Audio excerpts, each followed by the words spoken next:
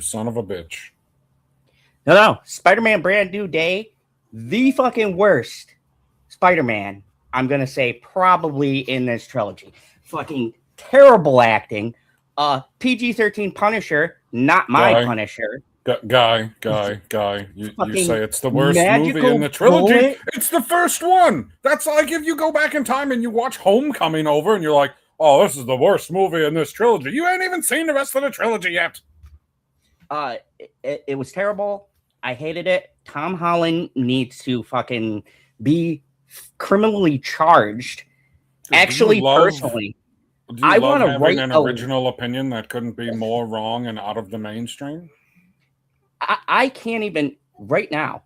I would like to go to the fucking estate of Mr. Holland and be like, Holland, you owe me an apology, a refund, possibly a hug, because I had to endure that fucking movie. My God, just utter and total nonsense. How long do you plan to keep this charade up?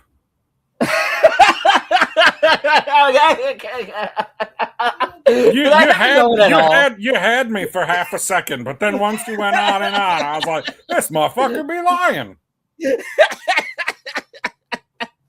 I wanted to keep this going for a couple of minutes, so as people were coming in, we probably lost like the fucking 2 people watching going, what? Brand New Day, a terrible movie. Click off this son of a bitch. I mean, to be fair, you're not the only person who said that. No, I think it's nuts if people don't like Brand New Day. If you guys didn't catch the first minute, no, I'm not talking about the people that don't like it. I'm talking about the people like what you were saying. This is the worst Spider-Man movie ever. Yeah. Like, did you not see the Amazing Spider-Man 2? First off, I will not stand blasphemy about Andrew Garfield on this, mainly for the bitch. I'm not blasting Andrew Garfield. I have never blasted any of the Spider-Man, just their movies. Terrible. But I am held by knife point, baby. And I can't fucking say it's bad because she sees everything. Okay? Send help. Anyways, no, Brand New Day was fucking amazing. And I'm going to be honest with you. I was shitting all over Tom Holland earlier. It was part of the gimmick, folks. Actually, I'm just might be saying some outlandish shit here, or maybe people agree with me. This is the best performance as Spider-Man that Tom Holland has done. And I'll take it a step further because hold on, I'm on a roll. Yeah. I heard that he ad-libbed and changed stuff in the script because he felt it was more like in character with Spider-Man. And to you, Mr. Holland, I tip the hat. Good choices were made. I do have some complaints, and it's a complaint I've had with the fucking Hand. They are the fucking stupidest villains, and this isn't for this movie, but you're going through the Netflix shows, you'll get to the most amazing season, the Daredevil season 2.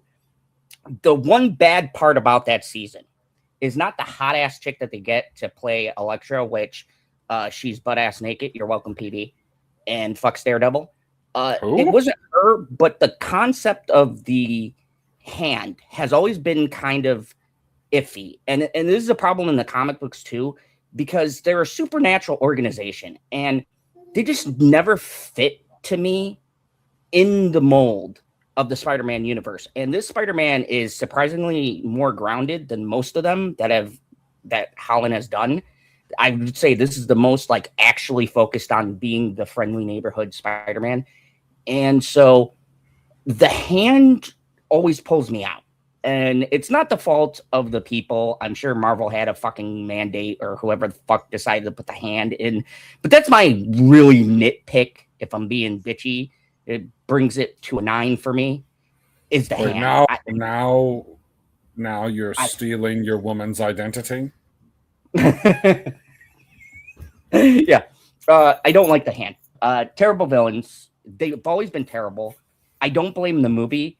I really wonder if because they're bringing in the Defenders and that's their like main adversaries, if they just fucking threw them in there just because they wanted to introduce them. I don't fucking know. But the Hand was probably the worst part of the movie for me. surprisingly great. PG-13 Punisher, I joked about in the earlier. I did not think that was going to work. I'll be honest. I want to see just a movie with Punisher and Spider-Man now. See, Because the chemistry that I they- dialed it back from a movie of just those two. I want to go back to the days where we make Marvel one shots, 4 to 10 minute clips, and just make like 100 of them with the Punisher and Spider-Man. Because I've seen one person, they're like, we need the movie of what happened on Staten Island. I was like, okay, we can get that right after we get the Budapest movie. I know, which we're never going to get. Never. But yeah, so Brand New Day was a surprise. I don't want to get into spoilers in case there's like, it's made about $1 billion. So if there's one fucking person watching that didn't go and see it, I don't want to spoil it for them. But PB, before we begin, really quick thoughts, because it's going to play into our box office numbers, which we're going to do. But what are your thoughts and feelings? And I got you, motherfucker. Even if it was for like a minute of my rant. Oh, yeah. Oh yeah, you had me for a second there. I will not deny it. Quick thoughts. Movie was spectacular. Number 3 on my list of all the Spider-Man movies that I've seen, because I still have, because I'm such a big fan. I've never seen any of the Spider-Verse movies. I'm just gonna say this, a little bit of a spoiler. My top 10 best movies, not best horror. I have to separate them, or horror would take every spot in my top 10. Oh yeah, without a doubt. Especially this year. I'm sorry, Obsession's still a better film because it works on a different level, but that's not my point. The point is, what is the different level that it works on? Obsession to me is more of I could relate to that. I'm not fucking superhero, so I can't relate to jumping off of a fucking building. No, we know you're not a superhero. You're a super villain. We get it. Yeah, and so if they make a General Zod movie, it's a fucking biopic. And by the way, I get that. So like you feel more of the movie of Obsession because you're a villain and he's a villain, because I can't remember his name. Bear, yeah. I got a strong kinship. I feel like everybody, I feel like you were correct in saying that not everybody, but a fair number of people have the obsession backwards. Yes. And it's crazy because I've watched the movie now like four or five times.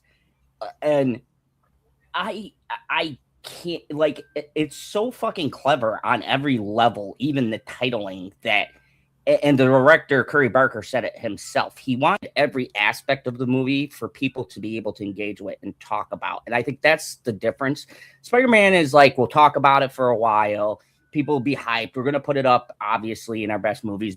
Definitely my top 10 movies of this year. It's number 1 so far. And then I probably have the Odyssey at 2, depending on what else comes out. Fuck you guys. No, I don't have a problem with that. I just found it hilarious how everybody's talking about the success of the Odyssey. It's such a great story. It's got such great writing. It's got such great acting. It's got such great set pieces. In 17 days, it made nearly $1 billion. And then Spider-Man did that in 3. 3 fucking days. Nobody doubted this wasn't going to, like, look, Spider-Man has this magic about it that even like a movie like The Odyssey is coasting off the fact that people love Christopher Nolan and anything he does. That's like clear. He made a fucking documentary basically on Oppenheimer and still got asses and seats. So obviously it's the man that draws the box office. He could probably do a fucking documentary about taking a shit in the woods and it'll be close to $1 billion. But it depends. Now, if he turned the poops from brown to white, people would not appreciate it. Oh, apparently not, because now it's ridiculous. And I actually do have a article I will be sharing on Nolan's take on the controversy, which I find fascinating. Is probably going to piss off even more people. Oh, it's going to piss off more people. We'll see how we'll see what the numbers he has to bring to life next time, because he does go both directions in the sense that, like, the Odyssey is what I would call the middle ground. Like, it's a fictional story, but it's also based off of something that was written by somebody else. Whereas, like, Dunkirk is a real thing that happened, and he's trying to bring it to life. But then on the other side of the spectrum, the Batman or Dark Knight or whatever, the Batman movies, completely fictional. You know what I mean? Oh, yeah. Without a doubt, like 100%. And here's the crazy part. Nolan finally at 912 mil worldwide, with the actual international box office really doing the heavy lifting. Yeah, Box Office Mojo is really letting me down because they keep giving you like false numbers throughout the week because they only update the international once a week, but then they update the domestic every freaking day. So as the week goes on, the percentage will flip back to domestic. Maybe not anymore because the difference is too great. But for them first 2 weeks, it's like, oh, it's making more domestic. And then you get the weekend numbers, you're like, oh, I guess it's not making more domestic. But it still doesn't have the haul that Spider-Man does. No. And I think more importantly, with how actually good the movie is, I think it's also going to have the legs. Was this the movie where you're talking about Spider-Man?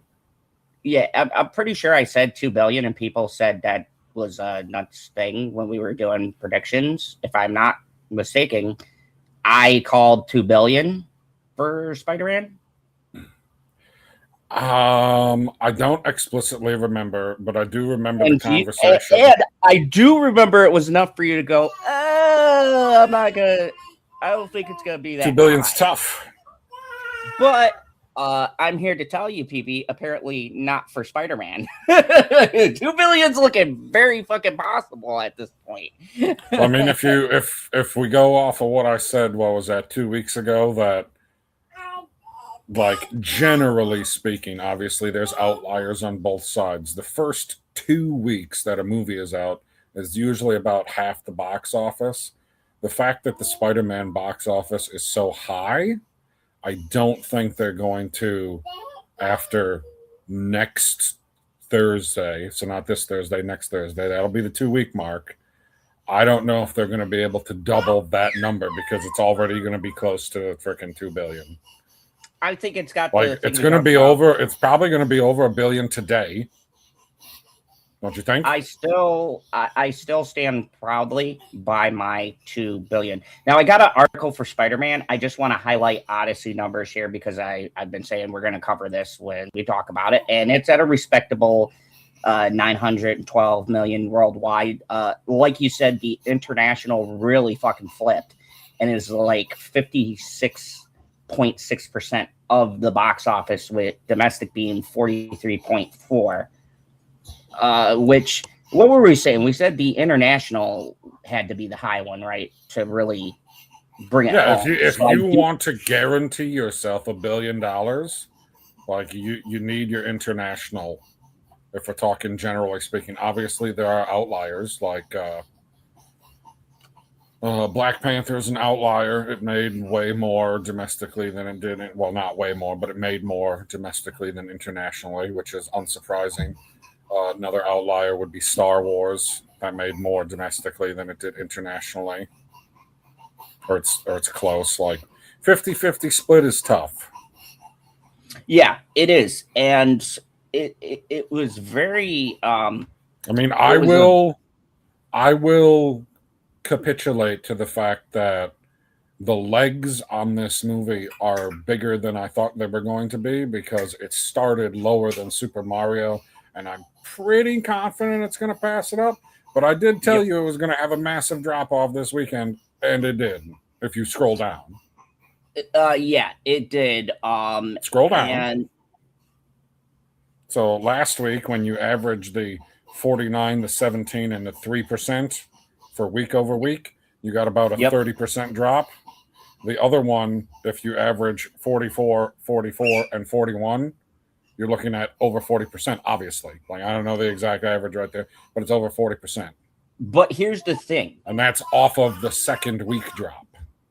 But here's the thing. I'm going to play devil's advocate here because, I've been fucking campaigning this movie. I like going against the grain here in the fandom zone. And I want to think about, I had 6 new subscribers from joining from the place I work at. So thank you to those people. If you watch this video, welcome. You're in for some fucking fun. And yeah, thank you. I appreciate it. Anyways, typically they say what, PV? 50% is the norm, right? It's like you could go up to 50% drop and still be okay, but you want to be under that. And I mean, it's 10% under, but it's still only a 40% drop, which all things considered, I would be inclined to agree with you, but usually, not everybody, but usually when people talk about that, they're talking about the first week drop, not the second week drop. I mean, but we're talking like, isn't that what, like, wasn't it freaking going into the third week? Like Captain Marvel still hit $1 billion and didn't it have like a freaking 70% drop in week 2? Yeah, but there was the studio buying seats and don't give me that fucking. Are you one of these people that's like only makes money because the studio bought the tickets? You gotta be fucking kidding me. Okay, so before we get into how great Spider-Man's doing, because we're gonna glaze the shit out of that movie, I just want to touch, because we've been covering the Odyssey, and I'm gonna pull that article up first because we can kind of roll into that. But really quick off the cuff, I just want to say the excuses that I hear people come up with to just hate this movie is like, this is almost like the TLJ of the New Year's, right? This is quite possibly one of the most divisive movies besides TLJ. But the fucking funny part about it is that it's actually good, and people who fucking seen the movie enjoy it. There's nothing catastrophic. Not everybody. We don't have Rose Tico situation over here. And it's not trying to subvert expectations. As a matter of fact, it's pretty fucking straight to the point. So it's kind of wild. From what I haven't seen it yet, but from what I understand, no, it's not trying to subvert expectations, but it incidentally does it with the stuff that they just decide to leave out of the movie. When you're you have decided to take a book and bring the book to life, I would say that you're supposed to stay as close to the source material as possible. But when I'm going to take your counter argument, when you're a comic book movie and you're creating characters in your universe that are inspired by people, I prefer that you don't stick to the exact story, or else everyone's going to know what's going to happen ahead of time. I mean, with the Iliad and the Odyssey, they're not even really books. They were fashioned into a book, but it's like fucking 19th century poems that are a story. I know.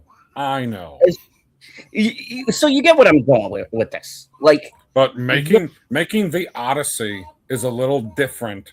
Like, you've literally called the movie The Odyssey, whereas show me a single comic book that is called Infinity War. It doesn't exist.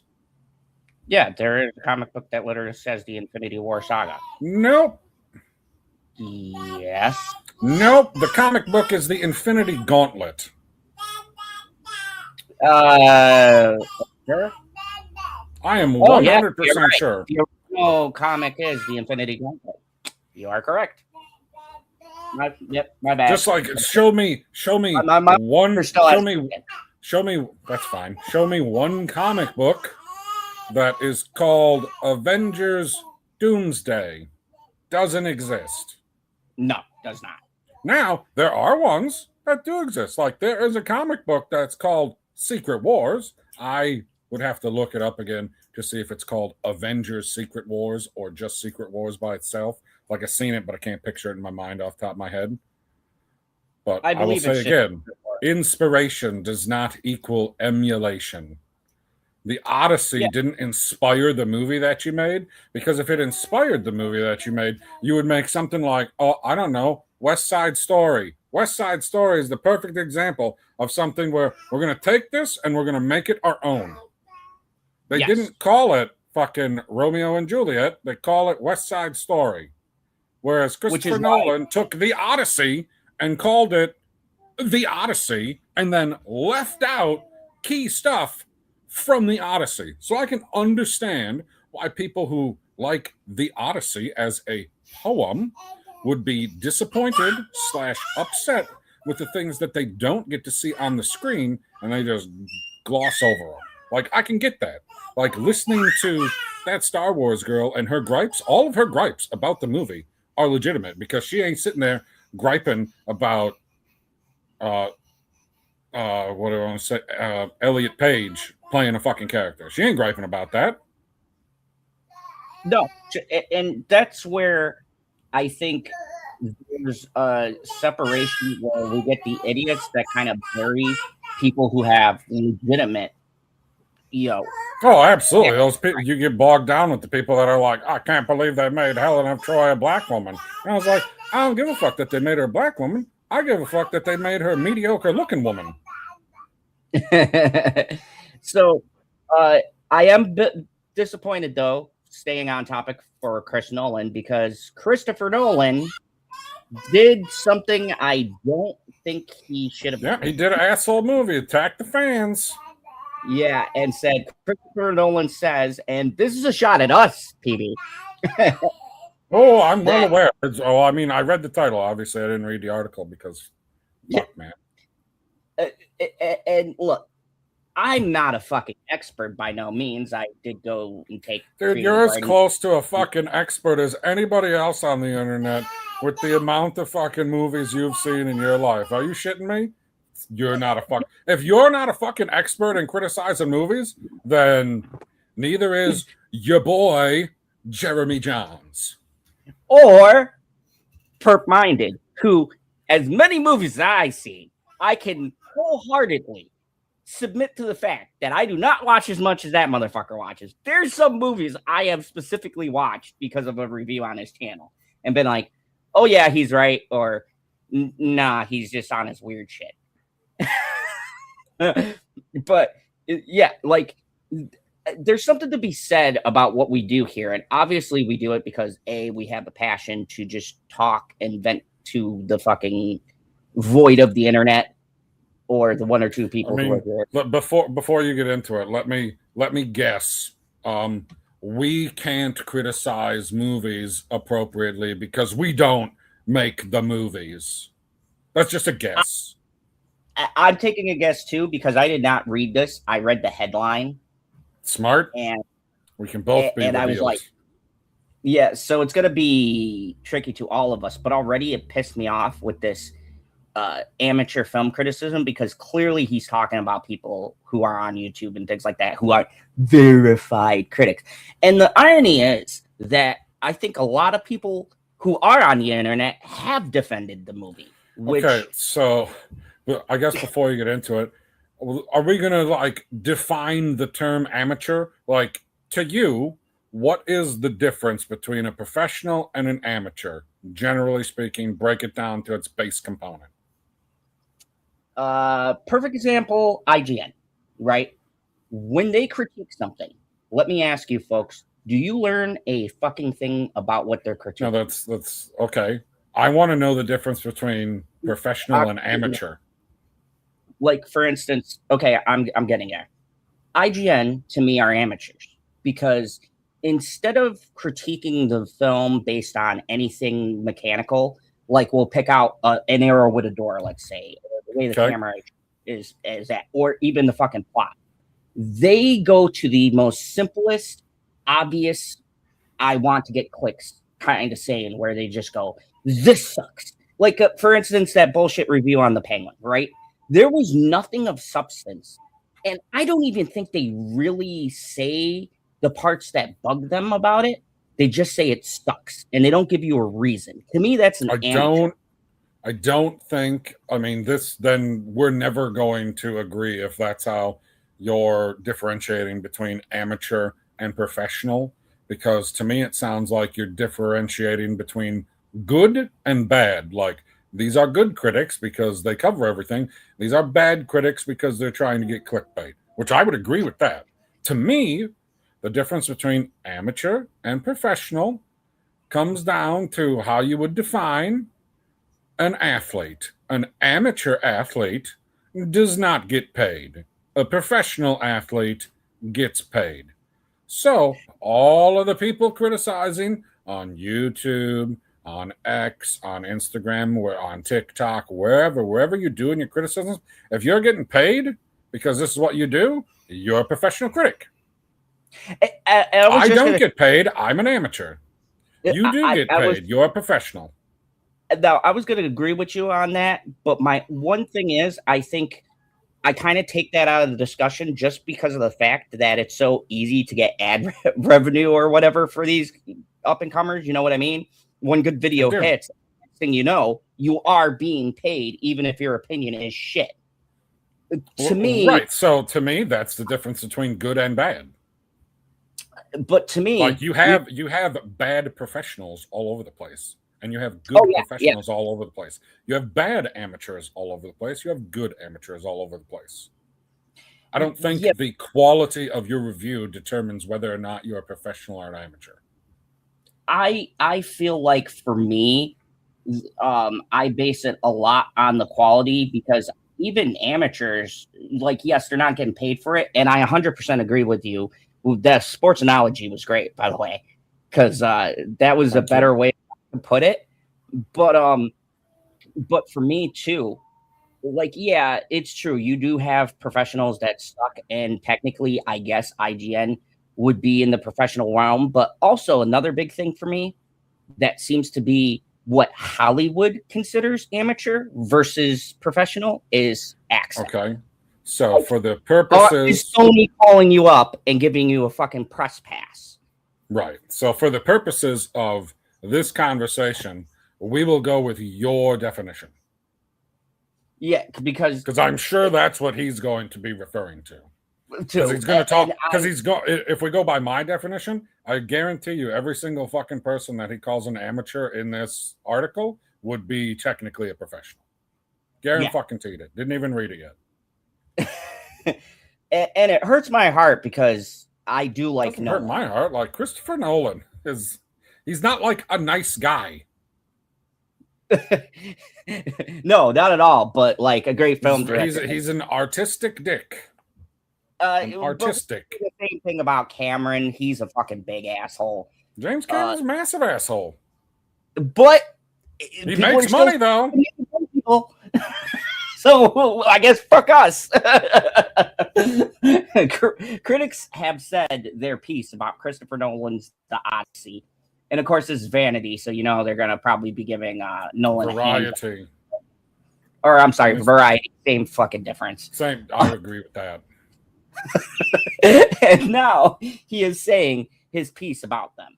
Well, the Odyssey press tour, the director spoke with podcast Zongshu. Hope I got that name right. Don't want to offend the Asian persuasion. About a fundamental flaw with film criticism he sees with amateur critics. The criticism that's often leveled at movies in general is, the character has to be made sympathetic, so the character is manipulated. Manipulated in different ways or changed in different ways, he said. And that's fundamentally flaw of film criticism in a way, or storytelling criticism, because to be able to identify the mechanic. What are you drunk? I feel like I'm drunk. Mechanism. There we go. Oh my god. This is what happens when I'm only one coffee in. It does not invalidate the mechanism. I have no fucking idea. Okay, I'm gonna what read the fuck that. does that mean? I know. I feel like I was having a stroke trying to read this. Here, I'll read it to you because you read it to me and I didn't get it. So now I'm going to read it to you. You tell me if you get it. The criticism that's often leveled at movies in general is, quote, oh, the character has to be made sympathetic. So the character is manipulated in different ways or changed in different ways, he said. And that's a fundamental flaw of film criticism in a way, or storytelling criticism, because to be able to identify the mechanism does not invalidate the mechanism. Did he get this from fucking Kamala Harris? What does that mean? Does that have any, he talked in a circle. I haven't seen a single fucking person be like, well, I know what they did in this movie, so that makes it bad. Who the fuck talks like that? I almost feel like he's not getting the criticism that's being made. Because, okay, having seen the movie twice, I think I'm in a good position to talk about it. And there was nothing wrong, let's say, with the mechanisms of how he was moving the characters about. That didn't bother me. And for the situations they were put in, it made complete and total sense. My issues with the film were that there were some key things that could have enriched the story more. And people I felt that didn't need to be in the movie because literally they were like, we didn't miss it. The story of the Odyssey, not specifically the movie, even though the movie gets a lot of the story correct. For the stuff that they leave out, there's more in the movie that is in the story of the Odyssey than there isn't. You know what I mean? Yeah. I 100% agree. So who is the sympathetic, like, is Odysseus meant to be a sympathetic figure? Because as far as I know from the Odyssey, like, everything that happened to him, he reaped. And in the movie, like, if he wasn't a fucking egotistical asshole, he could have sailed straight fucking home. Yeah, that's like the point.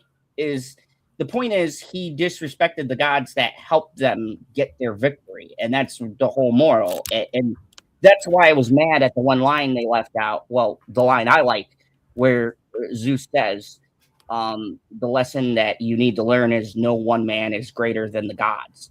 Like, it kind of drives home the point, which I don't understand why they cut it out. And once again, that's a complaint I had. But I never sat there watching the movie and go, sick fucking baby. I never sat and watched going, oh man, the mechanisms in these characters is all wrong. Like, who the fuck's critique was he reading? Like, I feel like it's a different interview. Nobody fucking, like, even people like that. It's like, you're Christopher Nolan. You can name names. What the fuck's going to happen? But we will have no idea. He added, I'm thinking more of amateur criticism because they feel they've identified the mechanisms. They feel that it invalidates it. That can be true of certain elements, and film grammar, film language evolves with that. So when a trope becomes too familiar to an audience, then it has to be changed. But we do, as filmmakers, avail ourselves of the common language. We build on understanding our audience has seen many films and they understand that language. Oh, do people, I mean, in general, the makers, the criticizers, the amateurs, the professionals, a trope is a trope because it works. Just like stereotypes are stereotypes because they exist. I was expecting some shots fired. That would be like the two of us, right? The two of us being like, somebody walks up to you and they're like, you better put your sunscreen on today or else you're going to burn like a motherfucker, right? And be like, well, just because I'm white means that my skin is going to burn? Yes. Absolutely, yes. That's how reality works. And I have skin peeling. So, I mean, that was a great analogy. I don't know if you knew. You outside? Yeah. She let me out and walk around. And she took your collar off once she brought you back in the house. How nice of her. Yeah. We've been on a real streak. I'm not going to tell you what she's probably wanting, but welcome to the channel. Subscribe. There's been plenty of online discourse surrounding the Odyssey, which has grossed nearly 1 billion. I love how they play around with those words. I see you, Variety. Nearly 1 billion, so that they, to the average, untrained, non-amateur reviewer, they would have been swindled by this. The Last Jedi made 1.4 billion, and more people hate that movie than like it. Yeah, and this one I would say be the inverse. So, 1 billion worldwide after 3 weeks in the theaters, and has earned a 94%. Nobody gives a fuck. One critic who ridiculous tomatoes. Yeah, that shit hasn't been relevant since the whole Captain Marvel scandal of. Dude, you either accept the ridiculous tomatoes or you wholly don't accept them. Like, these are you can't pick and choose, be like, oh, look at this Rotten Tomatoes, and then be like, oh, well, this movie that I liked, it's got such a low number because it was, quote, review bombed. Fuck, there are not enough fucking people out there to do those types of things. Are you shitting me? Yeah, but to be fair, I do more Metacritic, because that seems to be more balanced than Metacritic is Rotten Tomatoes. I don't exactly know where Metacritic pulls all of its data from. I'm sure I could find out, but yeah, that's like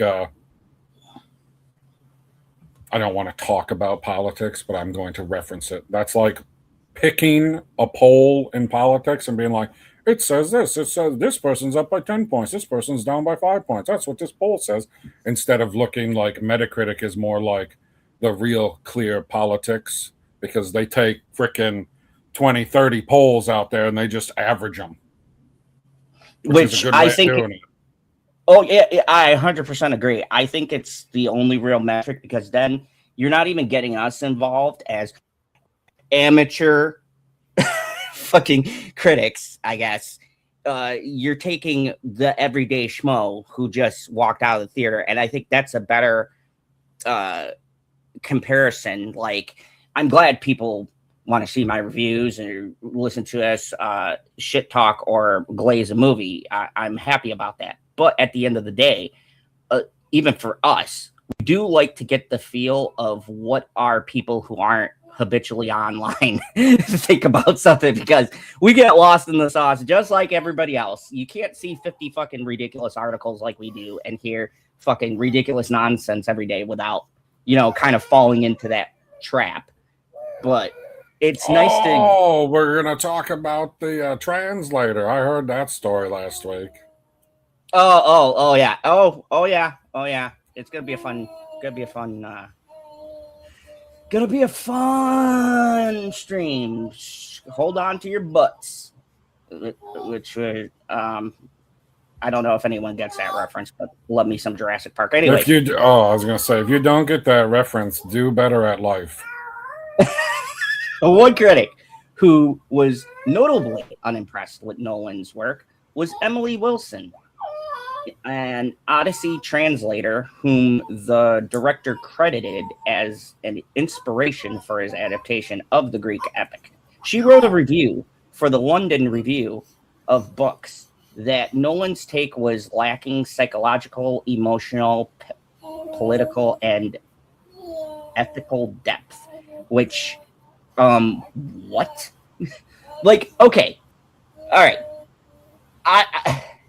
So psychological, the fucking Cyclops cave scene was the most intense, psychologically thrilling scene. Tom Holland actually knocked it out of the fucking park again with the emotional. Political, that's the whole fucking back end of the movie. And ethical, that's literally what he's grappling with. So I don't know what this bitch was watching, but she definitely was not watching the same movie I was. But then again, what do I know? London people are more sophisticated than the US. Listen to their talk. So I don't know if she's specific. If you're translating the movie, are you watching the movie in that type of sense? I mean, sometimes I'll go to a movie and I'll take a notepad the second time, but I can't picture watching it the first time and taking notes because then you're not really focusing on the movie. I'm sorry, I just read the next fucking paragraph. Hilarious. Yeah, like this fucking like Joyce gives a fuck about MAGA people. She's not even from America, I thought. Yeah. What are we doing? Oh my god! I don't. That's it. This is the whole. Wow, they were really hard up for getting clicks. That they're like, ooh, we can put the Odyssey on. We just write some random shit. It'll be fine. People will click because it's the Odyssey and shit. We clicked. You got us, Variety. You fucking got us. You got us, you fucking bastards. What a nothing burger of an article. I thought when he put the amateur thing, and this is why now I can kick myself for not fucking reading this article ahead, as I normally do. These are one of the ones that slipped past. I don't even feel like he was talking about anybody at all, because his response is like almost from a different interview. No, what happened from my perspective is that one person who technically worked on the movie, if she's a translator, like she worked on the movie, she's very intimate with the movie. Like she knows how it goes and what's said and how it feels, at least to her. And Christopher Nolan decided, well, I don't want to attack one individual, so I'm going to attack half of the people that watch my movie, but I'm not going to actually attack them because I'm not going to say anything of substance. It's a very... I don't know. Like, I don't know what it's quite clearly his comment was inspired by what she said, and he says nothing. Yeah, it's just it kind of puzzles me because it just feels more of a did you have to even comment? They didn't show it. They didn't show in the article what was the question that was asked that he responded to, or did he like call up Variety and be like, hey, these amateur critics don't know what it means to be an amateur critic. Have a nice day. I feel like they took a quote from another press tour and they used that.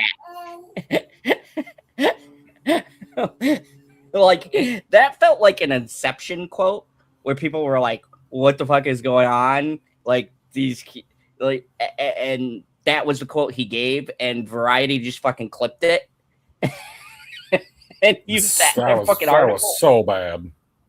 That was by far, I think we have seen. We've covered Ezra, we've covered Alec, we've heard fucking ridiculous things come out of people's mouths. We have the fucking don't flush your meth here because the alligators. Like, we've heard dumb shit, but I gotta say, this was pretty fucking up there on the most wild responses. And I actually saw people getting pissed off with the normal YouTube headline, Nolan attacks fans, Nolan's attacking the critiques. And it's like, is he? Because I can't even understand what he's trying to insult me with. With his quote, right? We read the quote. The quote says nothing. It's just like looking at a circle, which is fine. The real people are like, wow, Variety really bastardized his quote to create a headline that would spark outrage in half of the people and spark praise in half of the people, which gets 100% of the people to potentially click on your articles because they're like, oh, well, they're standing up for what I believe, or I can't, what did these fuckers say about me? Both people are going to click on this article. We clicked on it. We did. And fucking time. What?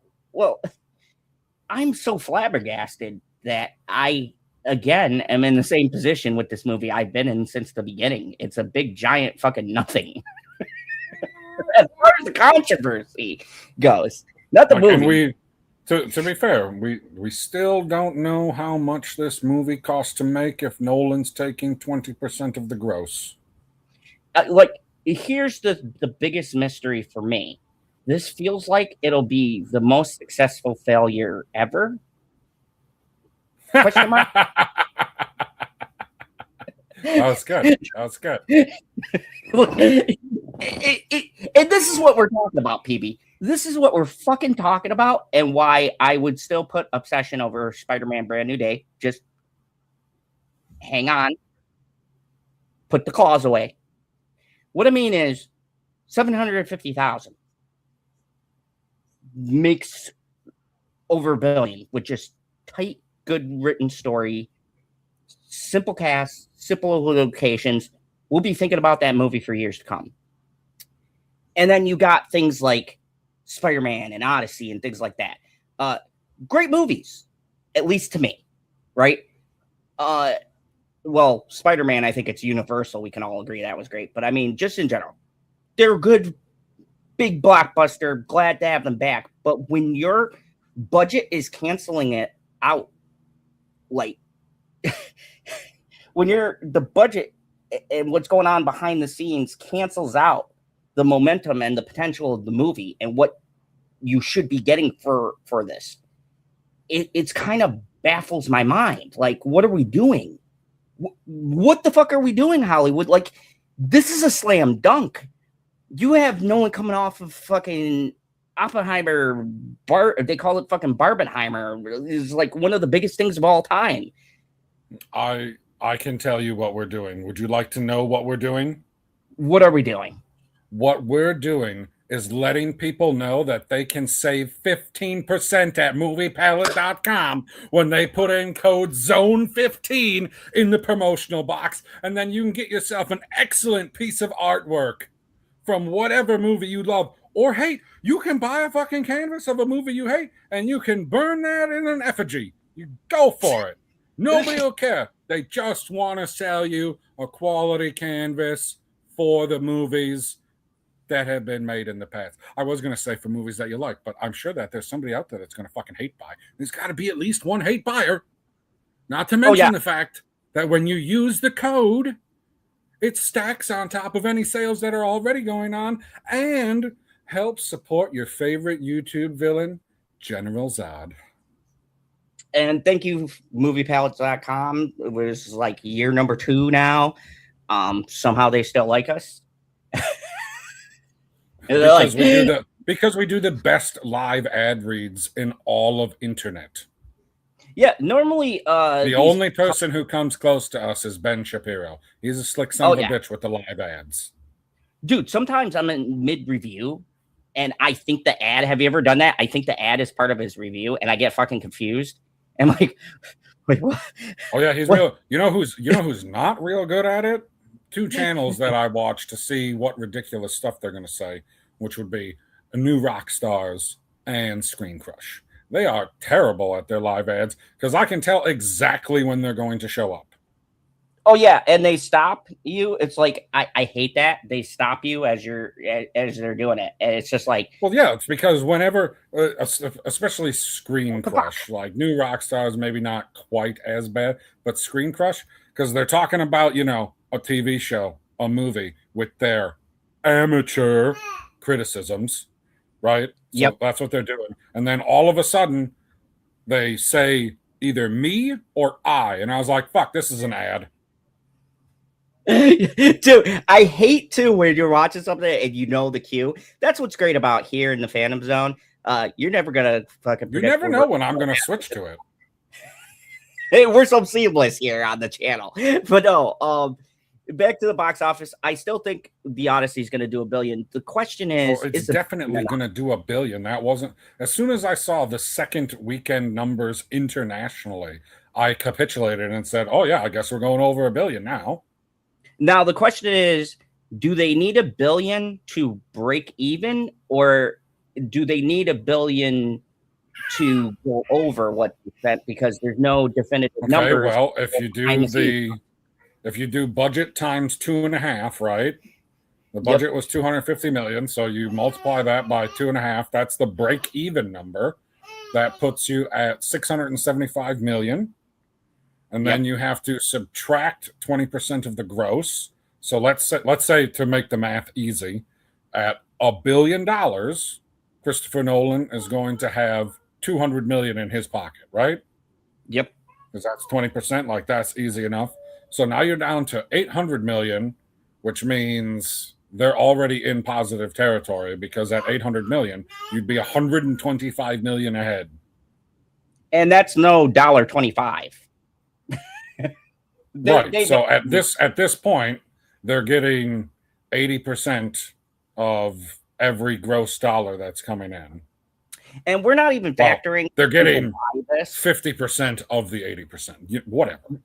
The streaming numbers we don't have, so people are going to buy this on home video. And things nobody. Like that. Oh, I'm so sick of that. Where they're like, "Oh, well, it's not a failure because it's going to go on streaming, and we're also going to sell an Odysseus doll, so we'll make money off of that too." Like, that is not how we determine if you are a box office success. No, I'm just counting success. I'm taking it because people think the movie is a failure. It's already a success. That's what I'm saying. Like, I still factor that all into a success, because obviously if people are buying it, they're going to keep the movie. So that's profit towards the overall sale. It may not count for the box office, but how many movies do we see now that make comebacks, and they made it purely off of DVD, home video, fucking lost YouTube video? So okay, you tell me. Give me an example. The Thing wasn't a success. Okay, that's fine. I would agree with you. But give me an example of a movie that got a direct sequel that wasn't a success at the box office, but then they decided, because they made enough money in digital downloads, rentals, VHS sales, whatever, and in all of the extracurricular stuff. You tell me one movie that got it or got its sequel because of the extracurriculars outside of the box office. The Craft, 1998. What the fuck is that? The Craft is a movie about, it stars Neve Campbell, the hot chicks of the time. They are in a witch's coven. Didn't really burn out. Was Neve Campbell the hot chick? I mean, you wouldn't think she was hot. I thought Neve Campbell's hot. No, she's. I mean, if she is, it's on the low end. In the 90s, she was like one of the up and coming, like, in that bracket of hot girls coming up doing movies, I mean, okay, maybe it's just me who has something for Neve Campbell. Whatever. That isn't the fucking point. The point is, The Craft got a cult What's her the chick with the giant freaking teeth is hotter than Neve Campbell. What the hell's her name? I know who you're talking about. I forget. But that isn't the point. The point Robin is... Robin Tunney? Yeah. That sounds about right. Anyways. What do I know from? The point is that The Craft was a movie that did modest in the box office, wasn't really a big hit. But as soon as it came to DVD streaming and hit the horror community, it gained a bit of a cult following. And then as Amazon or one of these fucking streaming it's not a box office failure, just so you're aware. Going off of the numbers, budget $15 million. Hey, take half of that for marketing, right? Yep. We'll round up and we'll say 23 million, right? So we'll say 23 million for this movie. The box office, it made 55.6. You cut that in half, you're at 27, which means something that they spent $20 million on, they made $4 million profit. It didn't fail. It didn't fail, but it wasn't the big success that they had hoped. So they put the property on ice. Except that I asked you to point out something that failed at the box office. Okay, I got a better one. Made money from the extracurriculars. Okay, I got a perfect one. And I said it earlier, and I could kick myself. I didn't use the example for this. Okay. The Thing. There's a Thing too? Yeah, there's prequel named The Thing. Bet you didn't know about it. Nobody did, but yep. And what they're are you doing talking a sequel about? now. There's The Thing from 84, From and then they did a 1982. You're 2 years off on all these. You said 98 for The Craft. It was from 96. And now you said 84, and it was from 82. You're talking about the 2011 Thing? Yeah, that's a prequel. And that was solely made because... Did you not hear the question I asked you? The Thing was a box office failure. I said a direct sequel to a movie that failed at the box office. It's a sequel. You literally just called it a prequel. It's both. It's one of those new ones. You have to watch. So it's a remake. No. It's a prequel, and then it leads into the thing. That's not the point. The point is, it solely got greenlit because of the sales from the DVDs and everything else. And what's his face even said, because of how well it did when it hit DVD and people started actually watching the movie and not panning the shit out of it, was the reason why they got to do the prequel years later. Now, the prequel fucked up because there was a whole thing to push for CGI, and they shot it in practical effects, and then the studio made them reshoot it and put CGI over it. This is quite hilarious to me. So the first one, I think it lost like a few $1 million. The second one, the new thing, lost even more money. Yeah. the thing's Nobody always gives a fuck. It's one of those weird franchises where so it has a cult following of people that don't give a fuck. Well, no, it was because we were in a newer age when that came out, and the word of mouth was atrocious, and so it dropped like a fucking rock. Okay, so I guess I don't understand why you believe that something that came out in 1982 and then 29 years later gets a prequel. Got the prequel because the VHS sales did so well. That is not what happened at all. Yeah, it had strong sales after its initial release. If it had strong sales after the release, they would have made this prequel. I'll even round up and say within the first 20 years if it had done well. No. They didn't make it because of the director. And we have been following it for years as Things fans. He did not want to sign off for fucking years. And he got this script, and apparently it knocked his socks off. So he said, all right, we're going to do it. He didn't direct the new one. He was more of a co-writer, that bullshit. And then they fucking botched it. And then we were pretty much right back to where we started. And now he's claiming, God forbid if he doesn't fucking die, that they're going to do a Thing 2. I'll probably be dead before that ever fucking sees the light of day. But my point still stands. The studio gained interest again because of the fact that it did so well in the later years with the special edition box sets and with the stream numbers and all that jazz. Well, probably not stream numbers because they weren't doing the big streaming push that they are now. But it's a very fascinating story, and it is one of those examples of a movie getting in a second life. They fucking killed it again, but, here we are. And there's other, action movies and things like that. For instance, there's a couple maybe Schwarzenegger movies and Stallone movies that all go into that bargain bin, but years later, they're fucking great movies to watch. I would argue fucking Copland gets a lot more love than it did when it first came out. And that movie was fucking excellent. And it did fucking terrible in the box office. It was years after when people rented it at Blockbuster. I would say the gold standard of a movie that was almost universally panned, which is now loved more than hated. I'm not going to say universally loved because that would be pushing it, is Waterworld. Oh, yeah. People hated the fuck out of Waterworld, and now they're like, dude, I can't even understand. It might not be the greatest fucking movie ever made, but it's pretty entertaining. I don't understand to this day why people hate that movie so much. That is one of the I couldn't tell you. I'd have to go back and do a lot of research on what people were saying in the in the forums back then. Oh God, that'll be a time capsule. But you know what movie is riding high and probably doesn't need the sales from DVD releases? Know what movie that is, PB? I'm sure. House of the Dragon. Oh, no. Oh, you said movie. My mistake. Come on, stay focused. Spider-Man, Brand New Day hits 1 billion globally with second fastest pace ever, according to the Hollywood Reporter.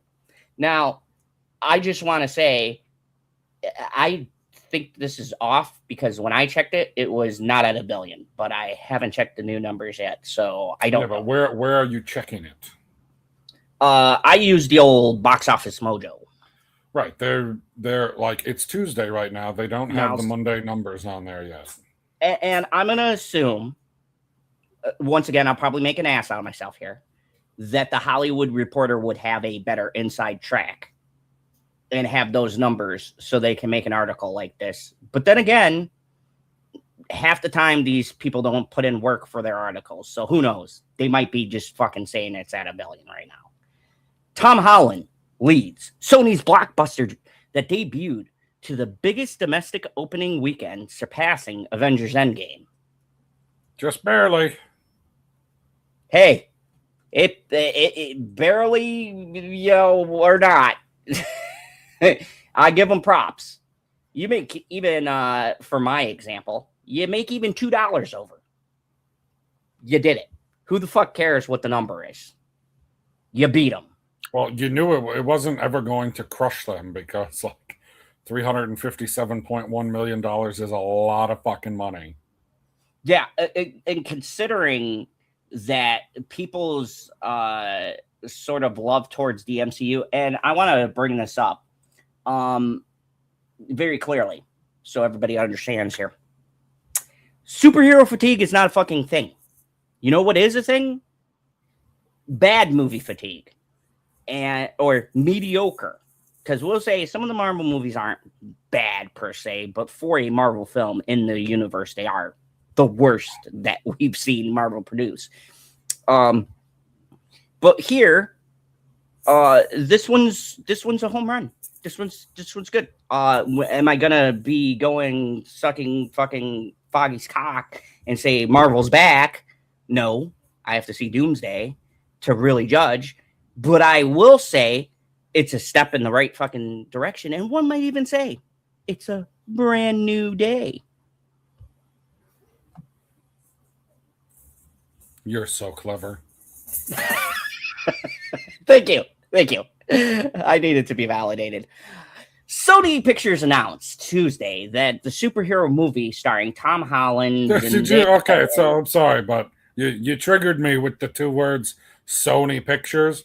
Because you knew it was going to happen as soon as this made any kind of reasonable money. Like, it didn't even have to be the biggest of all time. If it would have made, let's say, 150 million, right? So it would have had the highest single weekend of the year so far at 150 million, which is fine. But as soon as it was going to be this smash, they're like, yeah, well, it's not a Marvel movie, it's a Sony movie. Which, guess what? I would technically agree with you.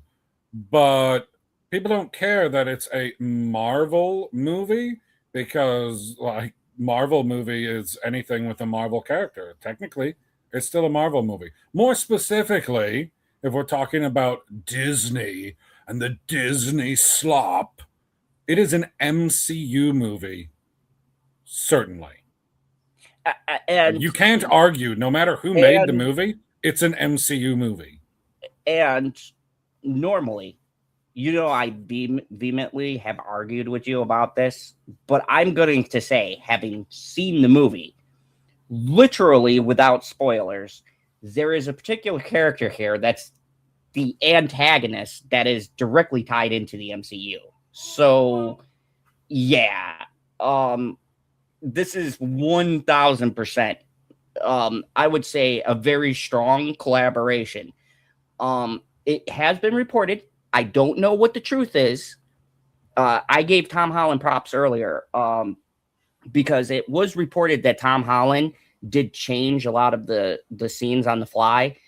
He wanted to give more fanfare, and he did there's like something like a bunch of different takes, and they actually went with the Tom Holland improvise thing on certain scenes. I would love to know which scenes is probably going to be in the DVD that he like improvised or threw into the script. But there was a very strong, from what I hear, collaboration between Sony, Marvel, and Holland. That's what the buzz around the water cooler is. I heard Sony did shoot down a couple of ideas that Marvel wanted to interject in this. Now, how much of it is true, I don't know. This is just the from the article, right? From the article that I read, it seemed like it went both ways. Sony was shooting down Marvel stuff. Marvel was shooting down Sony stuff, and we met somewhere in the middle. So, I would say out of every movie, people can't use this isn't a Marvel movie as an excuse. This is a very, even if you want to play that game, I'll say it was a very collaborated. This is probably their best collaborated effort in doing one of these films, where they were very aware of what each property is doing. So we can't even sit here and go, oh, well, the MCU had no hand. The fucking Hulk and Punisher are in this. Like, yes, the MCU was very much involved in the production of this. And even John Bernthal was heavily involved in how they treated the Punisher in this movie. And I think he made every fucking great choice. So tip the hat to John, once again, fucking crushing it. But yeah, so I can't believe I'm going to say this, PB, but I agree with you. We can't just say this is a Sony win. To me, this is a Sony Marvel win. It's a win for everybody. You love the movie. I love the movie. It was a win for us too. I think this is a win for the fans, and it's kind of obnoxious still trying to pit, because if we're going to play that game, let's not forget Sony also made Kraven and Morbius and fucking Whoa. I'm sorry. Morbius in with those fucking films. I'm sorry. We love them, but critically and commercially, they did not so well, except for Morbius. It made $1 more billion. No movie to date has broken that record. And I don't think we'll ever see a movie that'll ever reach $1 more billion again. The only one that could is Morbius 2. Morbius. Or it's Morbin time. So Sony's coming out to glaze themselves. I'm sure we're all shocked. It has grossed 1 point. So Sony Pictures announced Tuesday that the superhero movie starring Tom Holland, Zendaya, and Sadie Sink has grossed 1.5 billion in the first 6 days. This makes it the second fastest film to achieve this milestone, behind Avengers Endgame, which launched with 1.2 billion worldwide in its opening weekend in April 2019. After appearing to be neck and neck with Endgame for the best domestic opening weekend in history, Sony confirmed Monday that Brand New Day had swung ahead to claim the title with 360 million. This pushes Endgame's 357.1 million sum down to second place, although in a global opening total remained ahead of the 932 million that Spidey collected worldwide. Spider-Man Brand New Day also set records for the biggest Thursday previews on top of Friday's opening domestic sum, along with becoming Sony's best ever launch, hailing from producers Marvel Studios and Amy Pascal. Director Daniel Cretton's feature carries a 225 million production budget, which, holy shit, man. This is an example of this fucking number meant absolutely fucking nothing. Dude, this is the one franchise where I could say they could even probably push it to maybe 3, and they'd still fucking crush it. So I think it's safe to say, even if you times this, took 20% for Nolan's cut, it would still be profitable.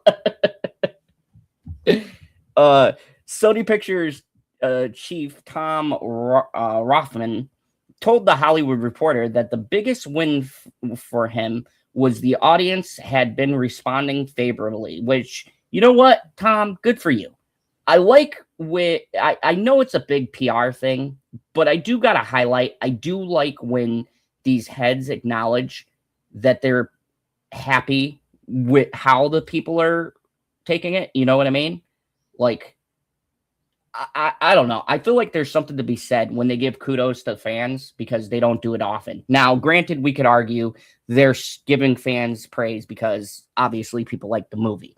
But I think it's good to acknowledge when people are liking something because it gives them encouragement to be vocal about their opinion. And here in the Fandom Zone, if you haven't picked up, we're very fucking opinionated over here. It's good to get these big wigs that recognize the fans do and they should have a voice to be heard, whether it's positive or negative. Now, next time Sony gets bashed, because I'm sure they're going to do a stupid fucking project eventually, I hope they have the same fucking backbone to be like, yeah, we fucked up. Because I know that they tried really fucking hard to pretend Man Web doesn't exist and the rest of their fucking failures. So it's good to see Tim Boy give a little tip of the hat and kudos to the people who deserve it. And this Destin Daniel Cretton, I hope that he makes more of these movies because I really like his style of filmmaking. I think he's definitely got some chops. He's got some good taste. So they've been responding favorably to the film that earned an A cinema score and holds a 98% on the Rotten Tomato, the most relevant of accurate sites. Go Rotten Tomatoes. Fantastic. Glad we can fucking give them credit for everything every chance we get. Fucking unbelievable. All the geniuses who said that the theatrical movies were dead were not necessarily right. Okay. Slow down there, Rothman. Put on the brakes. Okay.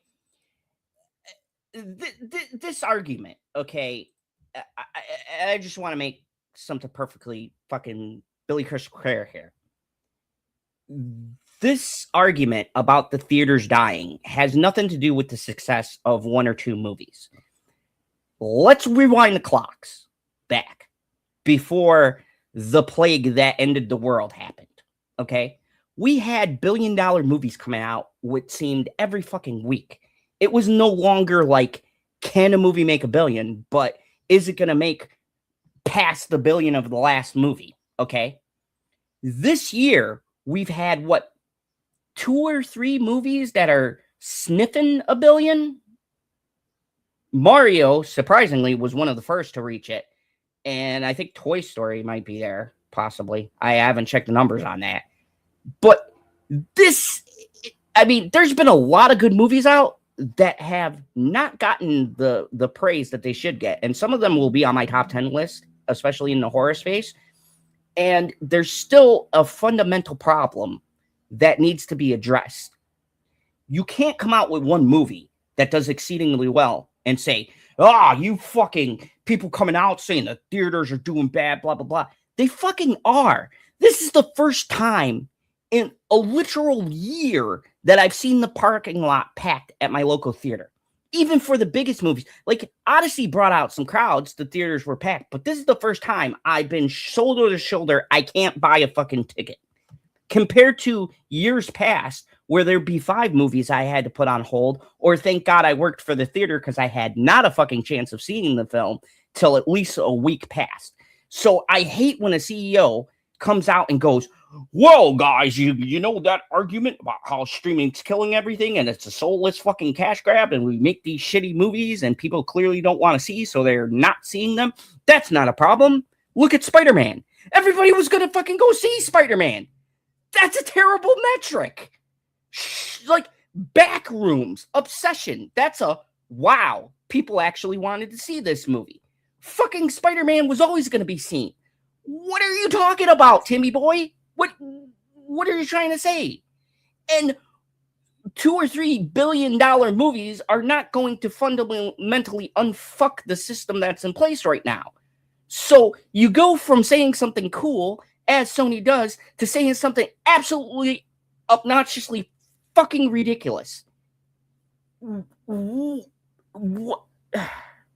Sony, please, for the love of God, take a fucking win and shut the fuck up. Okay? This isn't the time for you to come out and talk about how great things are going, because that's not the reality. This is like an outlier. Oh my God, am I insane, PB? Am I fucking wrong? Like, that's the... I don't know, we're having a little meltdown over here. I'm having a meltdown. I feel your kid's pain right now. I want to fucking cry like that because this dumb fuck thinks, oh yeah, because this one movie did great, the theaters aren't in jeopardy and there's no problem. Spider-Man's gonna fucking save the theaters for the next 10 years. What? What a fucking outlandish statement. My God in heaven. Like, and you don't even say it in a fucking, like, corporate way for once.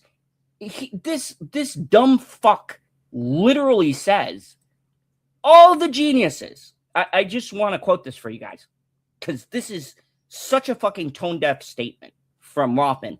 And Rothman, you fucking tricked me, because I was praising you just a second ago. You fuck. He says, all of the geniuses who said theatrical movies were dead, they're not necessarily right. Your one movie, no. There's been 3 movies that have reignited passions, all of them wildly different, but they had something to offer that made people want to fucking spend their money. This is the exception to the rule that's been happening for the past couple of years.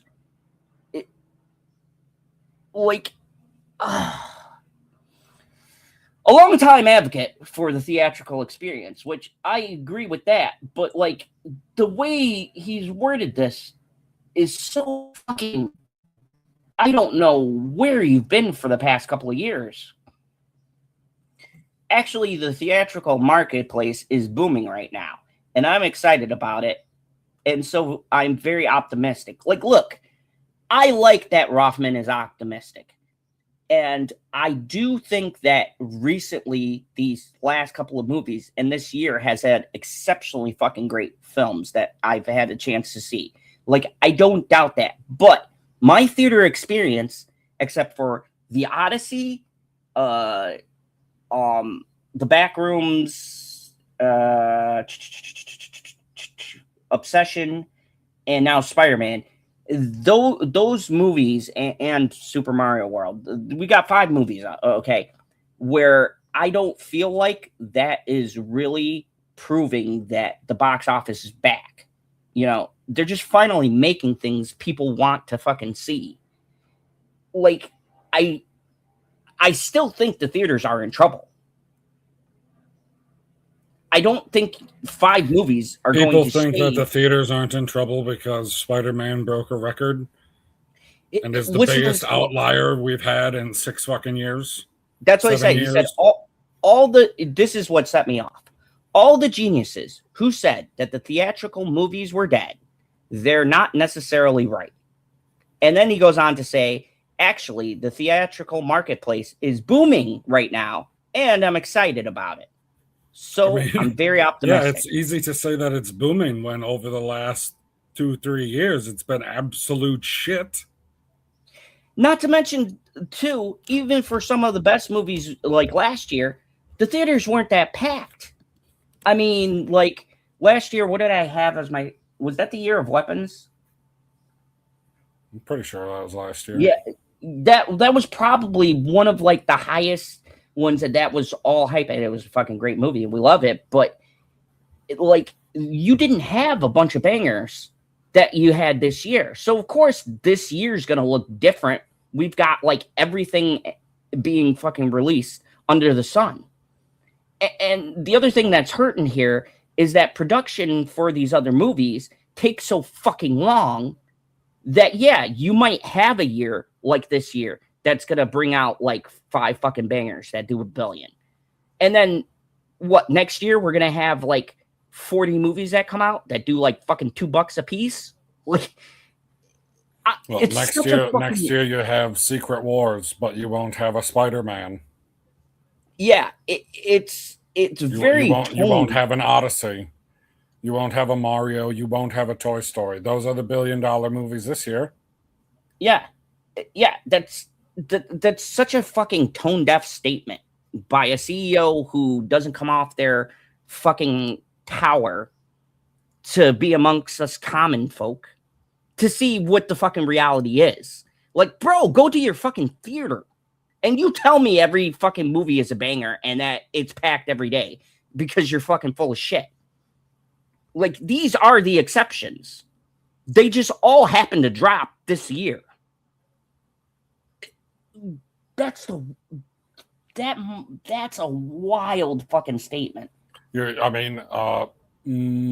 Michael hit $1 billion? If he didn't, he's awful close. You're not going to have another movie like that. No. The only person I can think of right now that would push people to the theaters for a biopic like that would be Taylor Swift. And she's way too young to be doing that. Her ego isn't so small that she wouldn't consider it, though. Like, I love those people, like, golden example, Barack Obama. I'm going to write a memoir when I'm 40. I got half of my life to go, but fuck, it's been such a great ride up to this point. People gotta know. And you know what we found out? We found out that he's the biggest type of asshole that there is when you jump in line as we're doing the old puff puff pass. It's like, dude, you were just on the other side of the fucking circle. What are you doing over here? Get back in your fucking spot. In the wake of this head-spinning success, IMAX has changed course and announced Monday that it will split screens with Spider-Man Brand New Day and the IMAX like its own thing? Yes. Okay, so like, does the theater have to pay the company IMAX to have an IMAX in their theater?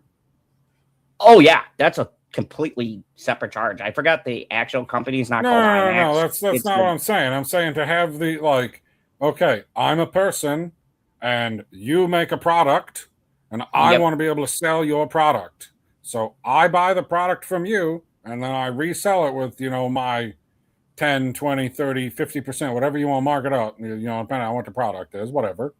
Is that what the IMAX is? It's more of a, think if you buy a stock, it's more of an investment for a theater than it is you're buying it and putting it in. Right, so who is making the decision? Whoever like, are the individual theaters making the decision? Like, oh, we got 16 theaters in our building. We got 3 IMAXs in the building, and we're going to put the Odyssey on all 3. Okay, that was probably a good idea for 2 weeks. It's a shit fucking idea if you want people to come to your theater to watch the movie. Yeah, I believe there is another entity that they have to confirm with because the directors directly deal with whoever fucking runs the IMAX things to be like, hey, I want this many theaters. Apparently Nolan did, and this is confirmed, he did fucking pay out to extend what would normally be the normal run for it. And so that was what I was wondering. So if he was the, like, hey, we're going to cut you this check right here so that we're on these giant fucking screens. And then they're like, well, we actually want to fill the theater full. So we're going to take the new movie that's hot and put it on the screen. Is he going to end up suing the IMAX? No, because how they're going to do it is, once again, which kudos to Nolan because he's getting, I don't have a spoiler review. Coolers to what are you talking about? There was I know, because we're talking about Spider-Man. Well, we're just talking about the box office. We haven't told any spoilers. I don't plan on spoiling shit. I mean, unless the one person is the one person who hasn't seen Spider-Man, in which case, how can you? You're telling me you're not going to say anything that's a spoiler, and then the very next line is, "Well, everybody's seen the movie, so I can't spoil it." So then you can say whatever the fuck you want. Which one is it? Look, I like to wait at least a week or two before doing a spoiler, just to get as many people to watch it as possible before I dive headfirst into what about the people that are waiting for your review of the movie to determine whether or not they're going to go and see it? You didn't even put out a short. You did nothing. You're capitalized absolutely zero on top of Spider-Man. No. To be honest, I haven't had the time. You haven't had the time to record 60 seconds of video. I mean, I could have done a short, but I don't do shorts. I don't understand. You're such a liar. Your channel is covered in shorts. And that was before the ones we pulled from the streams. They're all over the place. Your biggest short is like you getting a beer at the bar. I don't do shorts. Look, I'm always in full pants. I think we all can agree I'm a fucking villain. So how many years have we been doing this? Are you expecting me to give you a straight answer? Come on, man. I didn't expect a straight answer. I expected you to capitalize off of something that is the biggest phenomenon in the entire fucking world. And you're like, nah, I don't need those views. I was like, I took the approach of the drinker. Who has a review out for Spider-Man. Yeah. Nah, it'll be all right. That's no. I did not put out anything, and I'll tell you why. Because I would like to do a in-depth spoiler review. Right, people don't. They just want you to tell them if you like it and if you think it's good. They don't need spoilers. That's why it's a short review. You're like, oh, I just came out of the theater from seeing Spider-Man Brand New Day. It was spectacular. You should go and see it. I very much enjoyed my time in the theater. What a great experience. Boom, over. I mean, you got to be 60 seconds, man. But something. Hey, I'm me, baby. That's why people come here. Okay, Scott Hall. Yeah, you're damn right. You know who I am, but you don't know why I'm here. That's 30 fucking years ago. God, what a great fucking time it was. And let me tell you something. That quote right there, that's my fucking life. I would agree with that. I do want to say though, I guess if we're an hour and 28, so I guess surprise, I'll give you my thoughts and views. And I didn't come out right away because what am I going to say different without going in depth? I'm going to say what everybody else is saying, and I find that boring. I want to really get into the meat and potatoes. You know, the big potatoes. The big potatoes, right? But I will say, dude, that scene is so good, so good. And it has nothing to do with the fact that people are sexualizing the hell out of it. Obviously, that adds to it. I'm a man, I get it. But the charisma of the character in the scene is what makes it spectacular. Fuck, you could say the charisma of both characters. See how you do a non-spoiler review? I will say that the person that is the surprise person that's not really a surprise if you've been on the internet, one of my favorite Stranger Things alum, Sadie Sink, did all right. What constitutes a surprise to you? Because everybody knew she was in the movie. Not me. It wasn't. Not me, motherfucker. I told you I was staying off I had no fucking idea going in. None whatsoever. That genuinely caught me by surprise. And the character I'm going to go back and look at fucking streams because we talked about it 100%. The fact that she's no. in the movie. We didn't know. No. We didn't know specifically who she was playing. But you most certainly knew that she was cast in the Spider-Man movie. No. I was under the impression she was cast in Avengers Doomsday. That's what I thought we were talking about. That's where I thought I was going to see her.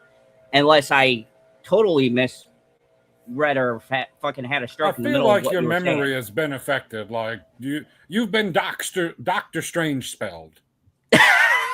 I'm telling you, even if that's the case. Okay, let's put it this way. If you didn't know that Sadie Sink, the actor, was going to be in this Spider-Man movie, it's because you forgot. Like, did you not? I mean, it's easy enough if you watch the trailer to be like, oh, well, I don't know who that is. Because they don't show her face in the trailer. I get that. Yeah, I did not know that she was in the Spider-Man movie. Honest to God. I don't know how that adds to it. I honestly thought it was Avengers Doomsday. That's where I thought she was supposed to be in. I've never watched Stranger Things. I have no connection to Sadie Sink. I couldn't tell you a single other thing that she was in besides Stranger Things. I have no fucking clue. I have no idea the level of actor she is, what her skills are, how much I'm going to buy into her character. And she fucking nailed it. And I'm going to say, yes. Now, asterisks. I do have a soft spot for the original Jean Grey, which kind of colored. Oh, spoiler, guy! I didn't name a single fucking name yet, and you're like, she's Jean Grey. Well, good thing you put the banner up. You fucking. That's correct. That's why I put it up. I knew as soon as you started talking, you were going to give shit away that potentially random Phil number 3 hasn't seen the movie yet because his tickets are for tomorrow. So, yes. You said you like Sophie Turner's version better? This is gonna sound nuts. Honestly, in that whole movie, I did. If I'm being honest. So you're telling me that Jean Grey gets worse with every iteration they make because the original is the best, Sophie Turner is the second best, Sadie Sink is the third best. I say I have to see more of her. That is what more people on the internet should say instead of drawing conclusions to somebody's story when we haven't made it to the conclusion yet. Like, what in the actual fuck? That's my gripe, and I think it's fair, but I think I worded it. These fucking amateur critics. I know. That's just my fucking, I guess, amateur fucking take. But for me, I mean, that would be like saying Tony is an awful, self-centered, egomaniacal son of a bitch because you watched the first Iron Man movie. Yeah. And I don't want to be in that boat. I'd say that Sophie Turner hit for me because of the fact she's in a very different arc than what we see this character clearly because she's doing a mixture. Well, I'd let Sophie Turner hit me too. They're doing the Dark Phoenix saga fucking poorly for the second fucking time. I don't want to even get into that. No, I think that there's more into the character in this one than there has been in the previous two, in the sense that, would you like me to get into my theory? Shoot, go ahead. So at the beginning of the movie, I don't know how in the fuck we determined such a random fucking number, but I guess it's like figuring how long the Stargate can stay open, because you don't want to do 30 feet. How about 33? That's random enough. I was like, okay. As soon as I seen that part of the movie, I was like, okay, so the farthest jump in this scenario you see is 33 feet. Okay. What is telling you, like, those people just happen to be within 33 feet? How do you know she can't go 34 or 35? Just because the farthest one you've seen was 33 doesn't mean that you know the maximum. It's a guess. It's a guess. Okay, so do we agree that she can only jump from body to body at a certain distance, right? The distance, I would say, is relatively small. Yes. Okay, so that's canonical to the X-Men lore, but continue. I don't give a shit. The source material is irrelevant. This is MCU Jean Grey. There is no source material. They pulled it from the source material. They did Inspiration does not equal emulation. How many times do I got to tell you this? They took it from the 90s X-Men. Fuck you. I don't give a shit where they got inspired from. It's still in the realm of media and in the cartoons. Okay. Let me put it to you this way. In your precious source material are Omega level mutants when they originally mutate. Yes, from birth. Right. I don't think it works that way in this movie. I think they explicitly show us that it doesn't work that way. Because in the beginning, like, obviously, if you have no idea who any of the characters are, like, let's say you don't know any Marvel characters at all, and you're like, oh, I'm going to go see this movie that everybody else is going to see, right? Yep. Okay, so you don't, there's source material is irrelevant because you don't know anything at all.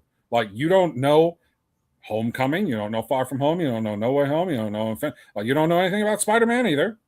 So in this movie, she starts only being able to jump that far. And it's not until after Damage Control essentially fucks with her brain trying to, like, jumpstart it so they can copy the process, which I don't understand the logic behind that, but whatever. That's an aside. I think that Damage Control is the reason why she went from being a mutant at the beginning, only being able to jump so far or be able to control so much, to an Omega level mutant by the end of the movie. And then at some point in the near, far future, whatever, I don't know the next thing she's going to be in, but at some point in her story, we're going to see her operate at the Omega level of mutant, and then we're going to up it one more when she gets the Phoenix Force. So when I was talking with Perp about this on Saturday, I was like, she's like a Pokemon. At the beginning of the movie, she's a Charmander. At the end of the movie, she's a Charmeleon. But we have yet to see her go full Charizard. That's fair, but this is just a theory. A game theory. A film theory, guy. This is a film. Oh, sorry. A film theory. There you go. Anyway, I'm going to counter that. I think I can't decide until I see what they put into the X-Men because, okay, I can get behind you and your thought process behind it, having not tracked any of this hardcore like I have, because X-Men, if you guys don't know, is one of my favorite MCU properties of all time, full stop. God, nobody in the MCU is identical to any version of themselves. No. Let me finish. I think that... That's what Bitchy said last night. I think that the Omega level is a branding that was not done by Damage Control. It's actually done by... It's a metric that I think Professor Xavier gave to the government, which they I'm not talking about the branding of it. I'm talking about the physical power of it. Let me finish. I'm not done. Now, in Jean Grey's story, she has always been an Omega level threat. What story? We've never seen her in the MCU. What story are you talking about? The fucking 90s fucking cartoon that exists and is canon. Fuck you. There's a million. Oh, the 90s cartoon is canon to the MCU? Yes. Okay, then how in the fuck is Jean Grey a teenager in the movie? Is Jean Grey a teenager in 1997? No, she's actually a full-grown adult. And you're telling me we went 30 years into the future from that point, but I'm supposed to believe that the Jean Grey from X-Men 97, the Disney Plus show, is the same Jean Grey that's in this movie? I mean... No. Events are canon, so I'm going by what they're saying for scaling. I'm not talking about ages or whatever. I'm just saying the terms and things that they're using, they're pulling from other sources that are canon, okay? But let me finish. Okay, so my theory is she's always been an Omega level mutant, but depending on how they tell their story, because once again, we don't have a fucking X-Men movie, so I can't base it off of anything that's actually out there cinematically for the Marvel Cinematic Universe. But in the X-Men universe, right? They're always Omega level, and like you said, what typically pushes them past that point is something super fucking traumatic that happens. Now, in the movie, they used damage control, but actually, going back to the cartoon and the show, it was more of something that happened to her when she was a child in the car with her parents that unlocked her power. And then Charles kind of had to lock it away because it was more powerful than his telepathy that he's got going on. Like, actually, Jean Grey is like on par, if not probably stronger than Charles Xavier himself. They're like the two most powerful psychics in the fucking universe. I have not found a single person that would tell you that Charles Xavier is stronger as a mutant than Jean Grey. I mean, he is. That's like Charles Xavier is not stronger than Jean Grey. He literally locked Jean Grey away when they fought. He locked her in her mind. And then what happened? He has the potential to eclipse him, but she cannot. You don't think she allowed him to do that? No, not at all. You think it was done against her will? It was a drag-out battle. Yeah, it's part of an arc that he has in the cartoon where she's hit because he had to do it to her in order to contain her powers, and that literally is what fuels the Phoenix taking over her. Because she was mad because he lied to her for years, but he saw that she couldn't handle the strength that would come with her abilities. So he locked that shit away earlier. And then when the Phoenix came and kind of like started breaking down the gates, that's when all of the memories that were repressed and her getting her powers locked away, which she didn't remember, kind of came to the surface, and that fuels her going on her fucking epic murder rampage. So, I mean, and that's not to say that any of this is going to pertain to the new MCU, because I have a fucking funny feeling it's not going to. But when they throw around terms like Omega, Jean is an Omega level mutant, Storm is an Omega level mutant, Magneto, Charles Xavier. Like what? Charles Xavier is an Omega level mutant, but he's not as Omega as she is? Like, are they on the same level or are they not? I would say... Not to mention the fact that Charles Xavier, from what I understand, is in every version that you could ever bring up, been doing the telekinetic, telepathy, any type of mind control much longer. Yeah, the Jane. Like, let's put it this way. Let me use another sports analogy. So the quarterback who isn't as gifted is still a better quarterback because he's been doing it for a decade than the guy that comes into the league. Example, Peyton Manning, Andrew Luck. They moved on from Peyton Manning because of his neck surgery. They're like, oh, he's not going to be the guy he was before. And what did he do? He went and won a fucking Super Bowl and went to another Super Bowl with his second team. How many Super Bowls did Andrew Luck go to? 0. That's a great analogy. Just because you are a stronger mutant doesn't mean that you've harnessed your powers more. So, yes, in theory, yes, you could be right. Jean Grey would probably fucking mop the floor with Charles. The difference, as you very eloquently, dude, that was, you've been on a roll, can I just say, with these analogies today? It's almost football season. Dude, you're fucking banging them out. Great job, because you're absolutely right. It is that young quarterback coming in to replace the old quarterback. And even in most of the X-Men lore, he wanted Scott and Jean to take over because he considers them a power couple, and B, Scott is the level-headed one that it tends to, calm the wife down, who could literally fucking end the world if she's having a bad day. So they have that dynamic going on. So I would have to see how they implement the Jean Grey and Scott Summers, because obviously you have to have Cyclops. They better fucking knock it out of the park. I love Cyclops. And they've done him dirty, except for the new 97 show. They actually showcase how badass Cyclops actually is. Like, okay, quick sidebar. That scene where he jumps out of the fucking X-plane and like you see everybody's grabbing. Watch the show yet? You've seen the first episode. It's in the first fucking episode when they X-Men 97? Yeah. I did not watch any of X-Men 97 yet. Okay, well, it's fucking awesome, and I'm sorry, spoilers.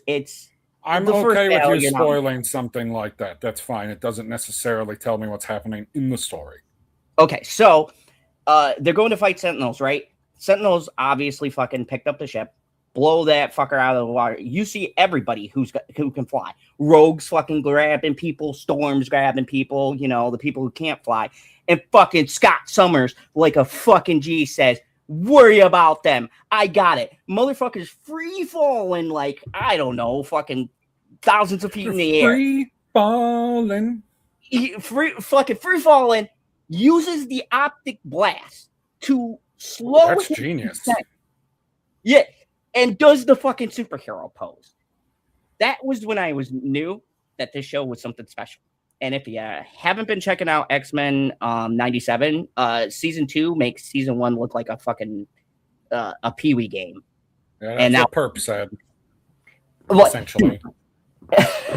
Dude, it's an amazing show. Check it out. But I really hope that when they bring him to the big screen, they do him justice, because that's been a character like forever. They've done dirty, and he is quite powerful. The man literally used laser blast from his eyes to descend thousands of feet down to the ground and then land at a perfect.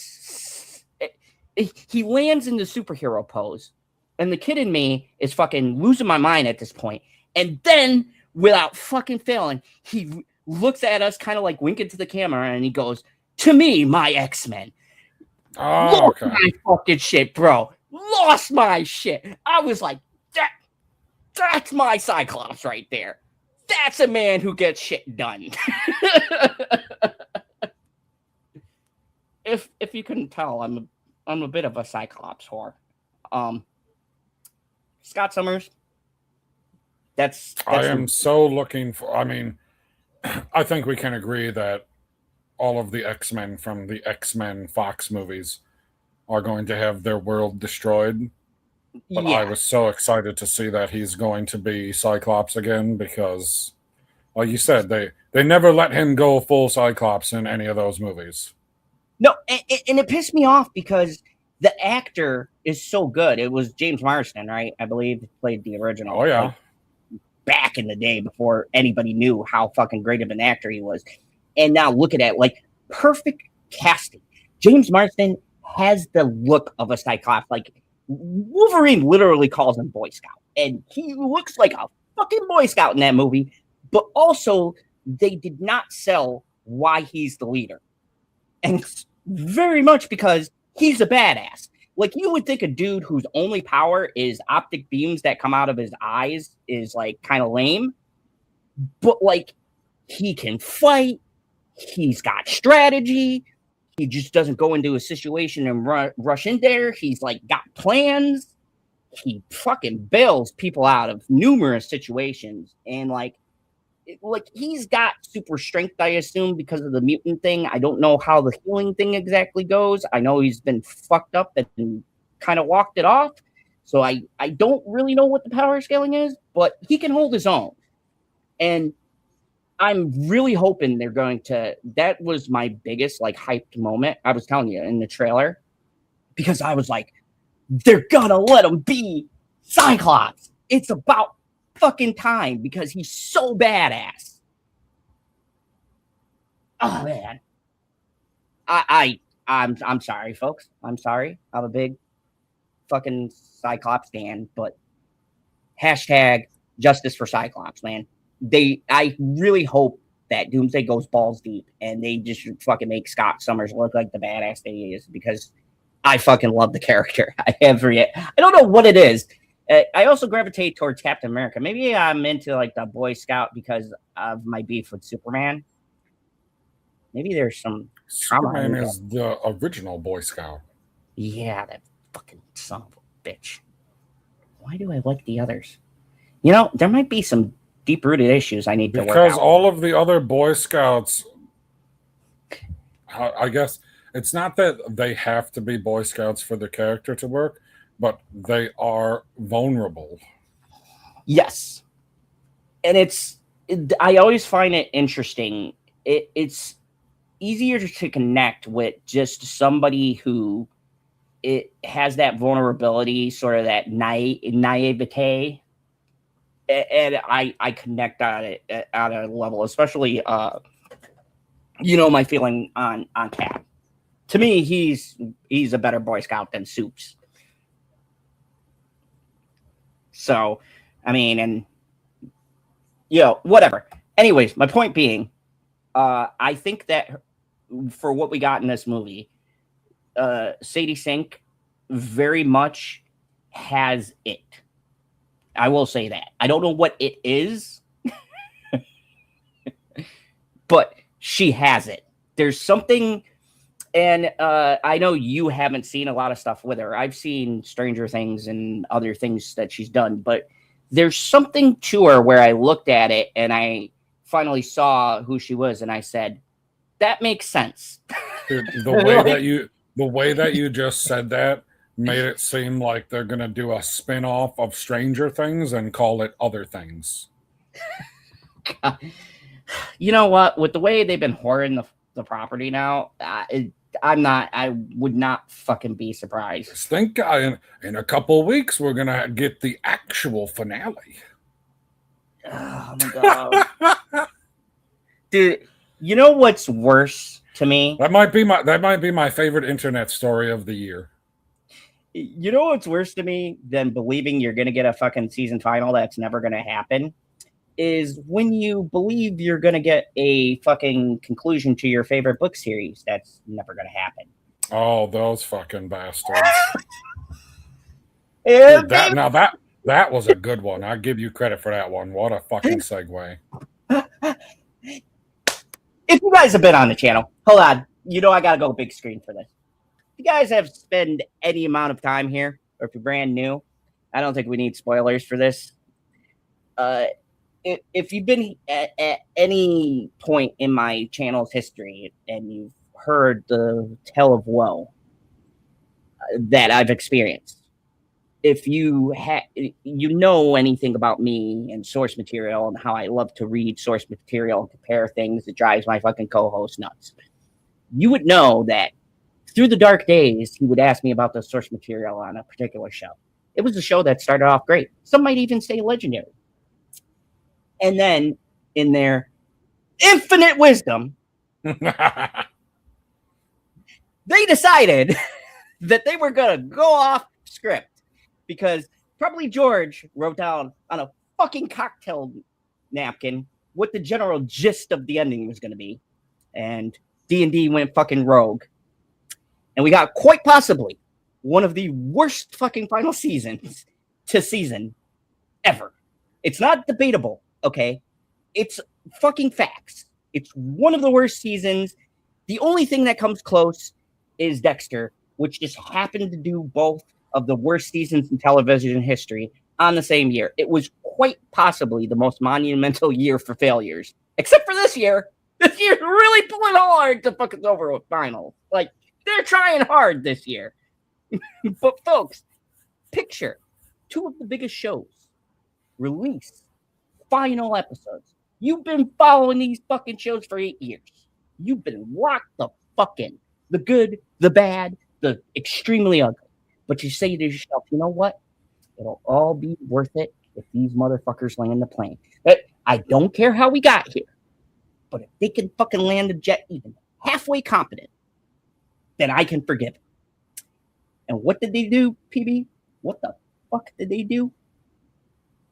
They fucking crashed the plane. They crashed it. They hit fucking bystanders. They killed everybody in the vicinity. The fucking plane blew up and took out the goddamn airport. They were supposed to go up, and they reversed and went into the fucking building. It's one of the most baffling fucking things ever. And as the years have gone on, I've started to think to myself, maybe we were a little bit harsh on D&D. Did they say stupid shit? Yes. But how does one go from adapting something damn near, like, not one-to-one, but God, doing such a great job pulling the shit that would intrigue people, right? They're locked the fuck in. How do we go from this to whatever the fuck happened in season 7 or 8? Now, I will blame them for seeing that Disney cash and going deuces solely on them. But there is one man who all these years later, I think we're finally starting to realize should shoulder some blame on his big fucking goofy shoulders. And that man is Mr. George R.R. Martin. People have glazed this man for fucking years. And I'm not going to say his writing isn't worth glazing. I mean, he gave us some fucking bangers. He's still giving us bangers on his works. I take issue with somebody blue balling you at the fucking finish line. And we're not talking he decided to stop at like book 2. We're talking there's 2 fucking books left. And this man cannot fucking finish the story he created. Do you believe that he knew the ending to his story before he wrote book 1?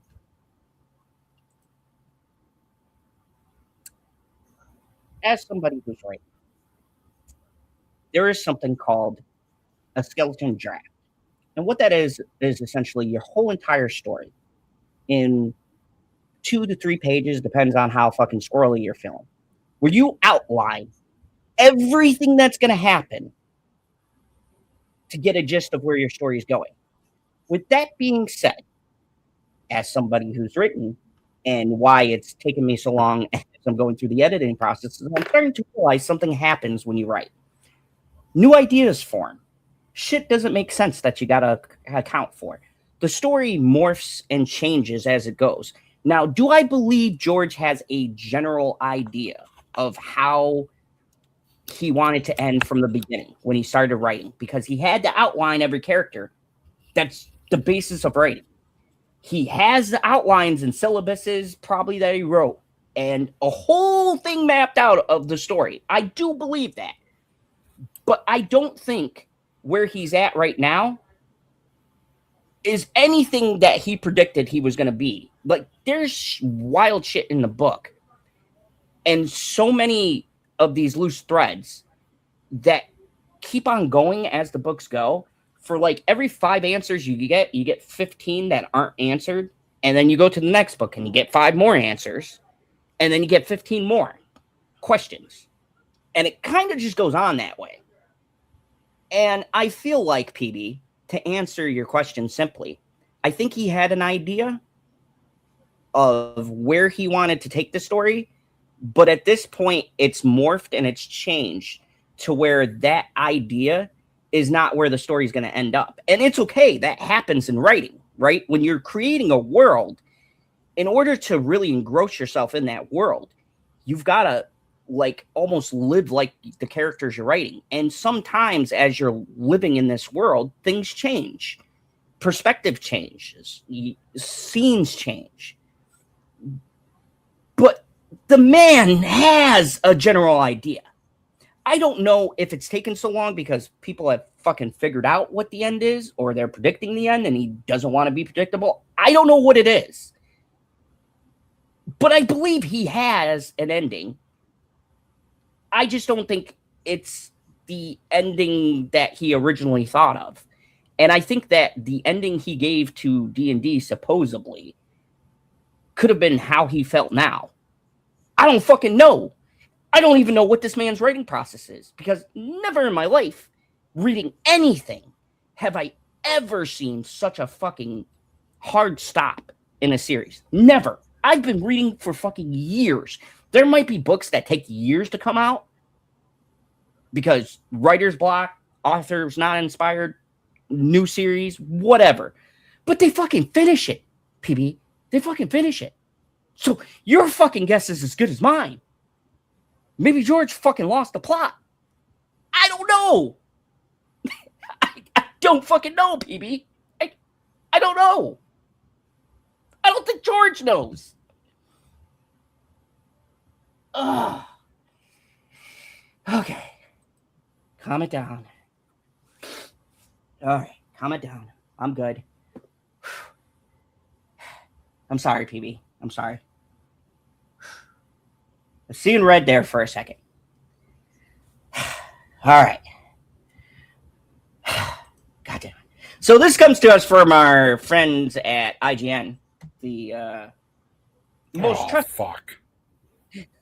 No, I purposely read this because it was IGN, and I got to tell you, actually, there's some really good bits in here. So kudos. This might be the first fucking article we read that they actually did work on. It's quite interesting. To that, all I say is a blind squirrel. A blind squirrel, yes.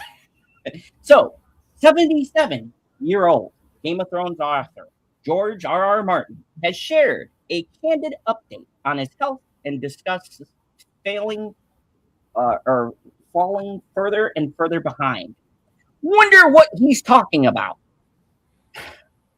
I don't know. How can you fall further behind? Like, I don't understand the point of voicing that opinion when, let's say, as a writer, they give you dates when you're supposed to finish certain things, right? Yes, I have a fucking date. Right. So at some point, there is a final date where they want the final copy so they can reprint or copy or whatever you want to call it, and then get it out to the freaking Barnes and Noble. Like, there is a date. I don't understand the point of acknowledging that you're falling further behind when we knew you were falling further behind every day you don't publish the book. Like, every single day. Like, I don't think that falling further behind is the right vernacular to use in this situation. No. Falling further behind would have been when... Like, falling further behind is a person who doesn't know how to handle their finances. So, they make $5,000 in a month, but they're spending $6,000 every month, and they just keep falling further behind. Like, he's just given up on finishing the books because he knows it's not going to be any good. Penning his first entry in 6 months on his personal blog, which I do follow that, Martin acknowledged the lack of recent updates and described the year so far as having been stressful, to say the least. Really, George? Because I swear, and I showed you the fucking picture, Petey. I showed you the picture. George was in a fucking pool with a fucking pina colada. Mm-hmm. Oh, the picture, Petey. I'm not fucking losing my mind. I'm not losing my mind. I'm not crazy. I'm not crazy. This is... Out of everything in this world that I thought would break me, I did Captain Marvel. I went against the grain for Black Panther for years. I fucking died on the Superman was an alright hill. Out of all of the things that I feel like have challenged me as an amateur fucking film critic, the most challenging thing I have faced to date, even with the challenges I've had in my personal life, were those the things that drove me down? No. I fucking pick up my fucking cowboy hat and I dust that motherfucker off and I just keep going, folks. I fucking dust the cowboy fucking hat off and let it roll off my back. But the one person in this world that I never fucking predicted would bring me to quite possibly the lowest point in my life right now is this fucking man. I've dealt with the fucking Alec Baldwins of the world and the injustice that whole shit had. Ezra Miller's not arrested. I will never figure that fucking out. There's fucking meth gators. Cocaine bears. And of all of these things through the years I have covered, nothing, and I do mean nothing, has infuriated me more And PB has been my fucking co-host for years, and he'll tell you nothing fucking infuriates me more than fucking George. George just pisses me off on a level that I can't fucking just put into words how much his fucking delaying has directly affected my fucking mental state and well-being. I wake up every day and I look at my fucking Amazon for the Winds of Winter and I say, today's going to be the day where I fucking click that button and they say it's in the fucking mail. And no! How many goddamn years, PB? How many years? How many years? I don't even know the number of years since I've told you that I've been waiting for this man to fucking do something. And look, he's 77. He has health issues. Fucking breaking news. He didn't years ago when the fucking book should have been done. George, why? Did I offend you? Have I offended? I apologize, George, if I fucking offended you somehow. If that is holding up you doing the book, I fucking apologize, George. Okay? Why? Why am I suffering like this? Why are you putting me in a holding pattern, George? Did I fucking piss in your Wheaties? Did the Bagel Consortium get to you, George? If you're being held hostage, let us know. We will send over a crew. What? I don't get it. I don't fucking get it. Christ on a cracker. I honestly, like, everything this man says is clear procrastination. And I'm trying. I'm a fan of the man's work. I think he's a great fucking author. Obviously, he's made bangers. Make it make sense, PB. Am I crazy here? Am I wrong? What is happening? I mean, I'm sure you're wrong about something, just not this. Years I've been fucking bitching about this. I joined this man's post to get updates, PB. I don't do that for people, okay? I don't look at their fucking daily blog. I don't give a shit, typically. But when I look at George's blog one year, and people, you can check out a stream in the past, this motherfucker was sitting in a pool with a pina colada with no typewriter or any electronic fucking device except for the fucking phone that was taking the picture. Just like, it's a lazy day, just enjoying fucking life. I can't feel bad for you now coming out and going, folks, I'm 77. It's been a stressful, hard year. And yes, I'm a little behind the 8 ball, guys. Okay? I'm a little behind the ball, but I need you to understand, okay? This has been some rough times, okay? Me, who's made a fucking boatload of money, right? I'm having a tough time, people, okay? I'm not the young spry Arthur I used to be. You know, the fucking trick me is acting up. Come on, guys, give me a break. No, George, no, I've given you fucking breaks, man. Amazon is asking me if I still want to fucking order this book because they don't know when the fucking book's coming out. They literally, they were going to give me a fucking refund on this book.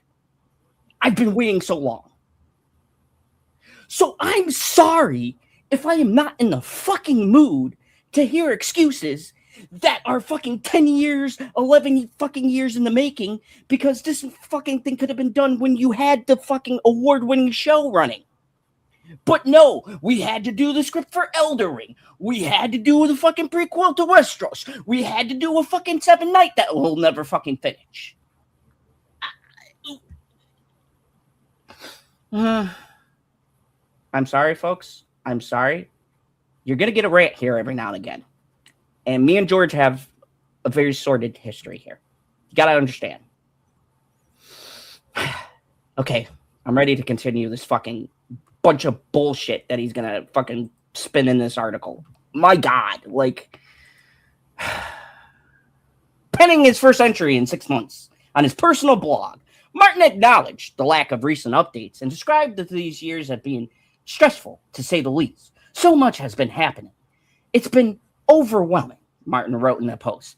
Better late than never. Are you fucking kidding me, George? But better late, PB. I don't know if I can, PB. I don't know if I have the strength. I did not read every quote. Where are you at on this page? What?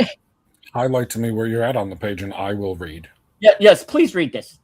Continue. I need a fucking break. I'm right. Oh my god. Stressful to say the least. So much has been happening. It's been overwhelming, Martin wrote in a post titled, Better Late Than Never. What a dickhead. Some great things, exciting things, dreams coming true. But there have been nightmares too. Wow, what a rhyme. I have lost friends, battled sadness and depression. The worst may be yet to come. Yeah, you mean when you die with the story unfinished? I'm dying with depression, PB. I'm literally fucking depressed and angry right now. I'm depressed. What about my depression, George? Because I don't have the new fucking novel. What about my fucking pain? Fuck, even when he publishes it, it's not going to be a new novel anymore. Oh my god. That's how far behind he is. He's gonna print something brand new, and it's gonna be a decade old. Oh my god. Please 2 decades old. I turned 77 last September, and I tell you, getting old is no fun unless you got really rich because you turned your book into an unbelievably successful TV show and got buku bucks to the point where you don't even have to finish your books and you can just sit in the pool with a Mai Tai. I don't remember what he was drinking. Thank you. We remember. Getting old is no fun except for all of the fun that you're having now that you're old with your piles of cash. Okay. What a fucking liar. Martin continued, but there have been amazing times as well. Ending the blog on a more positive note, Martin celebrated the 9 Emmy nominations recently secured by A Night of the Seven Kingdoms and said he, quote, will try to catch up some on posting in future. The article is so frustrating, the man that's operating the page has left the fucking room. Are you surprised, people? Because you should not be surprised. You know, all 3 people who are watching right now, but somebody will watch later and they'll be like, what in the fuck happened? Like, I came here to see Zod bitch about this and he's gone. I had to walk away. I had to fucking walk away at that last. I had to walk away because I can't believe this response. I literally, we've read some dumb fucking quotes today where we were like, this takes the cake. This is the dumbest thing. But good old George doesn't let us down, does he? What kind of fucking tone deaf, non-fucking response was this, PB? What is happening? What is happening? Am I being fucking pranked? Is it fucking April Fool's? Are we in April? Am I in a fucking time loop? This is no. Right? Mentioning was made in the post on what Martin has been working on recently, and there was, perhaps unsurprisingly, also no mention of House of the Dragon after Martin previously described his working relationship with Ryan Condal as abysmal.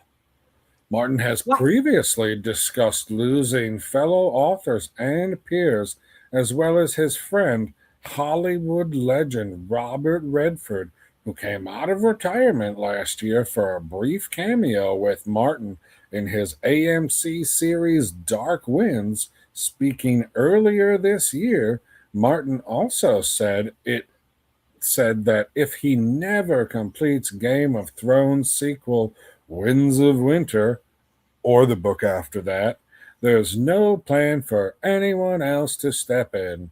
Instead, his Song of Ice and Fire series simply won't be finished.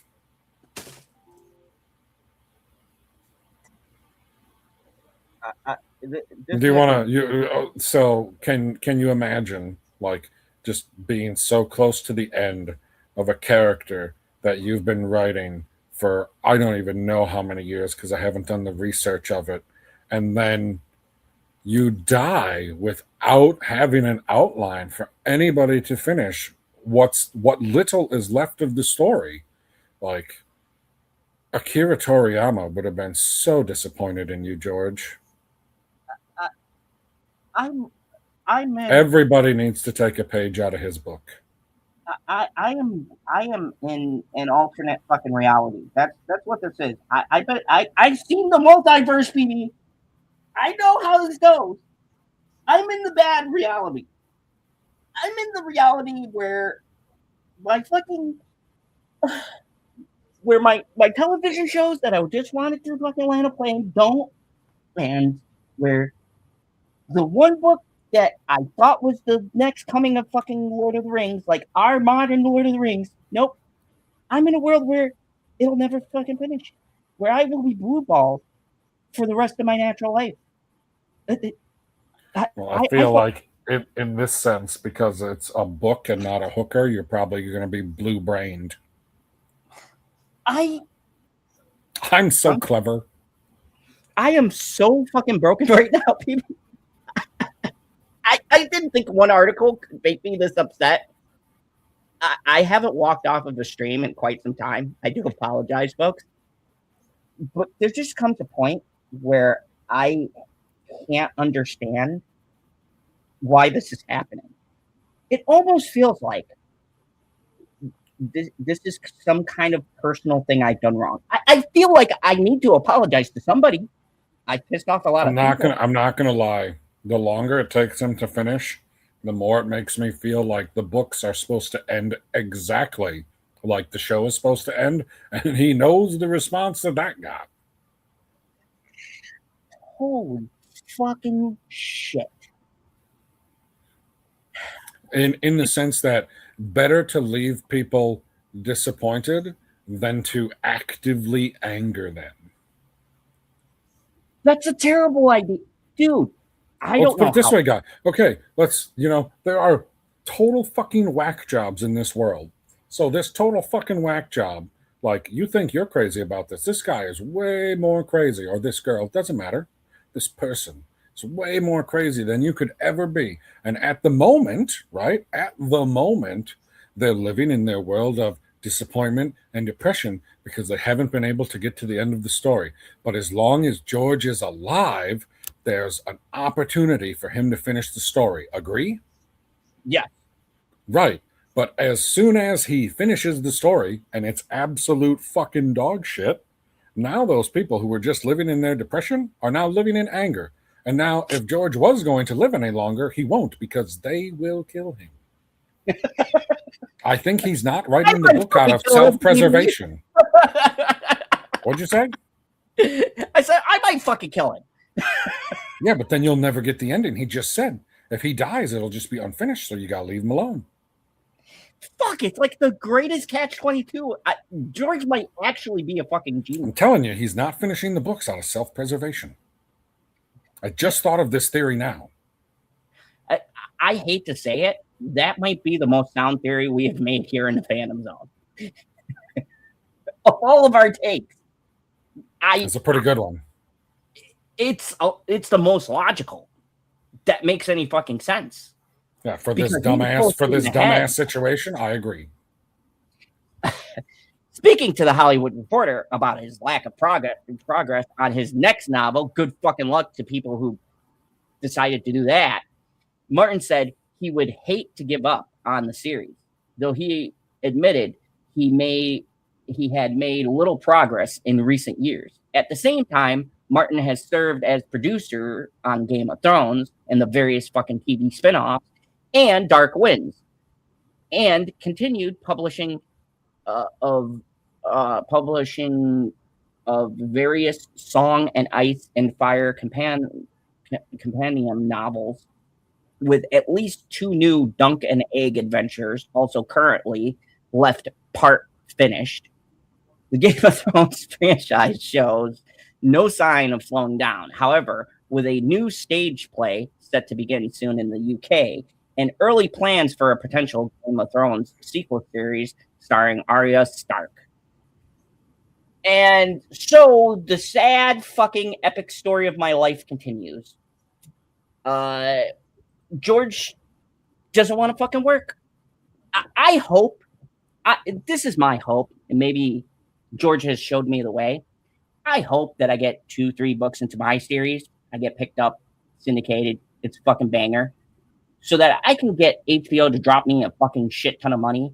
And me and you, PB, we're going to be taking pictures by my pool with Mai Tais in our hand, talking about next book's on the way. Well, that sounds like fun. You could, apparently you could do it. You don't need to fucking work. Once you make that one banger, you're set for fucking life. I mean, that is true. Look at the guy who invented Post-it notes. Yeah. Or fucking the person who did paper clips. Post-it notes is more fun because I like Romeo and Michelle's high school reunion. Fair. So yeah. That's my favorite, Phoebe. What are your thoughts on this? I think I come close to a fucking aneurysm enough today. My thoughts are, I'm glad that he left House of the Dragon because it's gotten better since he's gone. I think I don't care about the books in the sense of like I'm waiting to read them because I haven't read the first 5. So I don't necessarily care about the book. I'm curious about the book to see what the differences were going to be in there compared to the TV show. But you know me, I'm a screen whore. Like, it's got to be on the screen, or else I don't give a shit. It's wild to me because as somebody who writes, and this is a big thing in the writing community, and there was another article, I'm sorry I didn't pull it up, but it said that George has also ruined it for fantasy writers, and maybe we could even ask Books by Jay sometime about this. But apparently now, because of how George has handled the Game of Thrones, you now have to send in a complete draft of what the series is going to. Oh yeah, I've seen a couple. And where it's going to go. Where it's like, it's fucking wild to me that nobody ever fucking did this with George. I don't know what kind of fucking voodoo magic he's using. But even with me, like I'm doing cosmic horror sci-fi, I still had to give a fucking draft where they were like, okay, we see the vision. Now give us the first book and let's see where this is going to go. That's how it typically goes.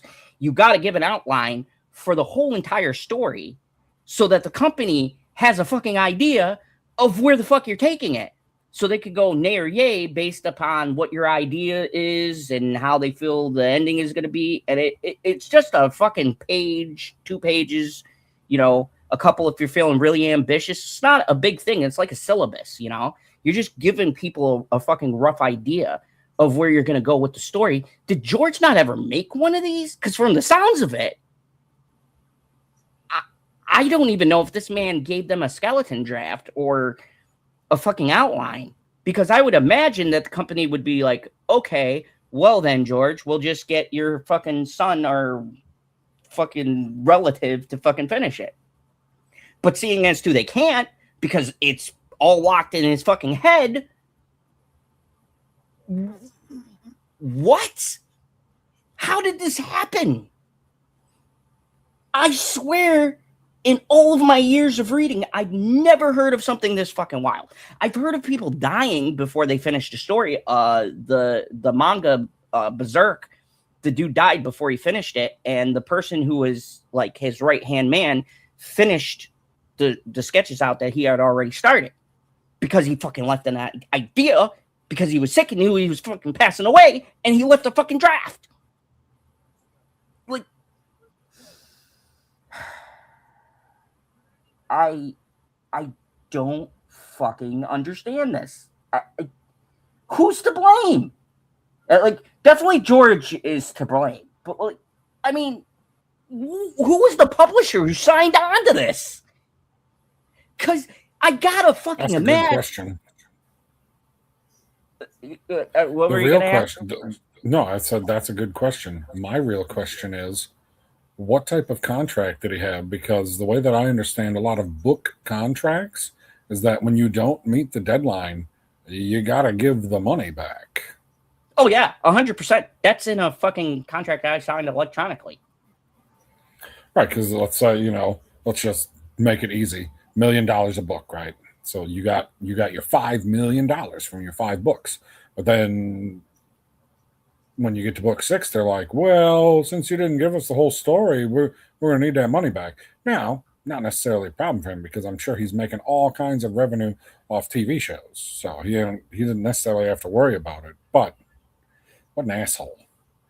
And this fucks it up for people like me or like Books by Jay. Definitely check it out. She's a great legit author who's fucking killing it.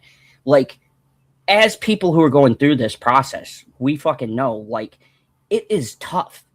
And shit like this really pisses me off now that I'm starting to get into it, to understand how hard it is to do writing and to get your work out there for people to see. And this motherfucker not only got his work out there and got a fucking hit television show out of it and nominations and fucking awards out the ass, but it kind of spits on the face of all of the hard work for up-and-comers when you don't finish what the people want. At the end of the day, you are providing a service for people. They liked your story. They want to fucking finish it. You are directly fucking over the consumers that put you in that spot in the first place. Because let's be real, without HBO and the fans that came supporting the product, he would not be where he is. And it's, to me, highly disrespectful to the fans. And I've heard this fucking bullshit argument. Well, let George cook. He's old. Blah, blah, blah. Look, motherfucker, he's been in the kitchen for fucking years looking at pots and pans. I've not seen any fucking cooking. I've seen a fucking cover and the fucking synopsis of what the book's supposed to be. But have I fucking read the book? No. Nobody has.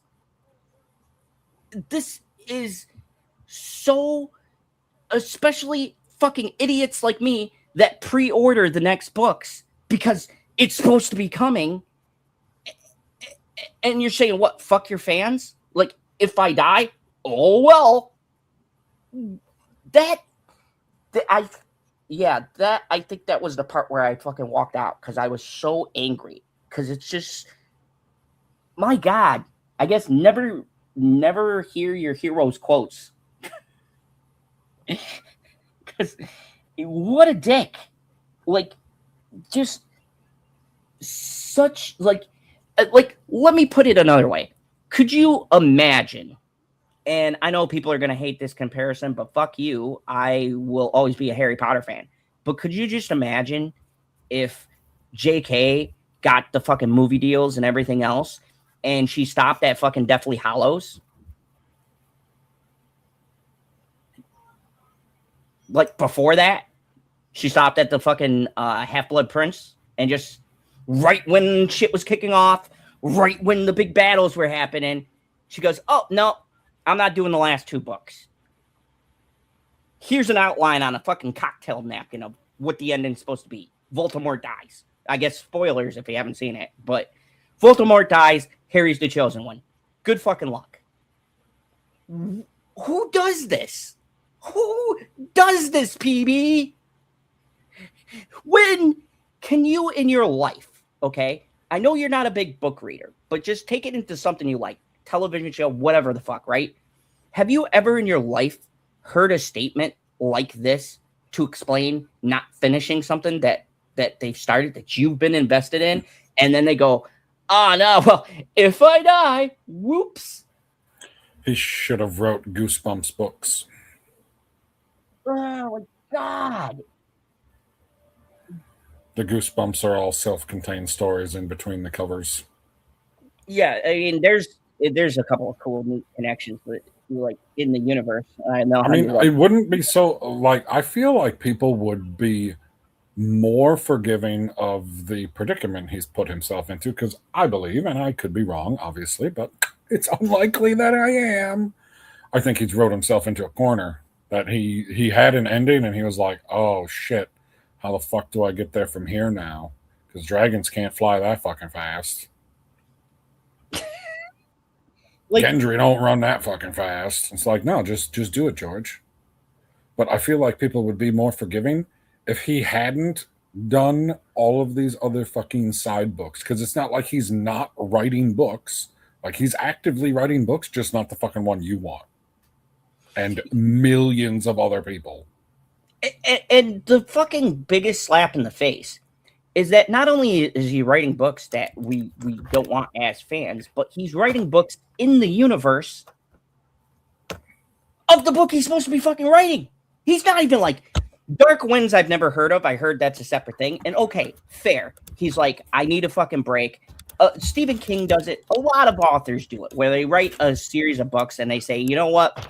I'm fucking tired of this mode. I want to do something different. I'm going to go outside the box. Cool. Tons of fucking great, well-known, well-respected authors do that shit all the time. Colleen Kemp, who did You series, that book, I never did anybody named Colleen. She still hasn't finished it. Like, the show finished up before she did. She just kind of told him at the ending that she hasn't finished the fucking novel, and she's actually done spin-off. But guess what, PB? She just fucking wrote a new You novel. Because she realizes, as most fucking people on a fundamental level realize, that people really like this series, and they may not have particularly cared for the ending of the Netflix show, and they want to see how the book ends. Because she started the story. And any person with a fucking brain wants to fucking give the people what they want and finish the story. Not cock tease us with the 50 fucking compendium thing that's like, oh, this is what was happening with a random knight in the Seven Kingdoms. And oh yeah, this is the House of the Dragons before the shit that you're actually interested in. Isn't that fun? Look, this is the prophecy when it was happening. No, George, I don't care. Like, don't get me wrong, okay? House of Dragons and the Knight of the Seven Kingdoms are fucking surprisingly very good shows, given what we got at the end of Game of Thrones. I ate my words. They're very good watches.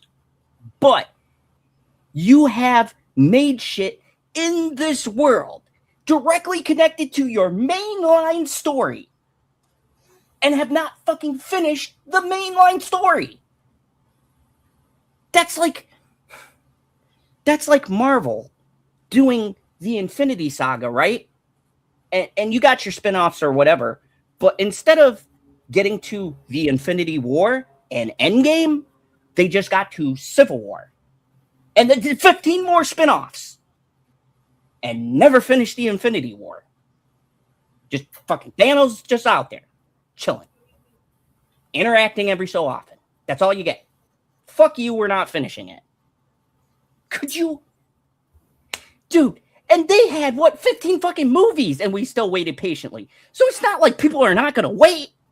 And I can guarantee you, PD, I can guarantee you, anything George comes up with will not piss me off as much as the final season of Game of Thrones.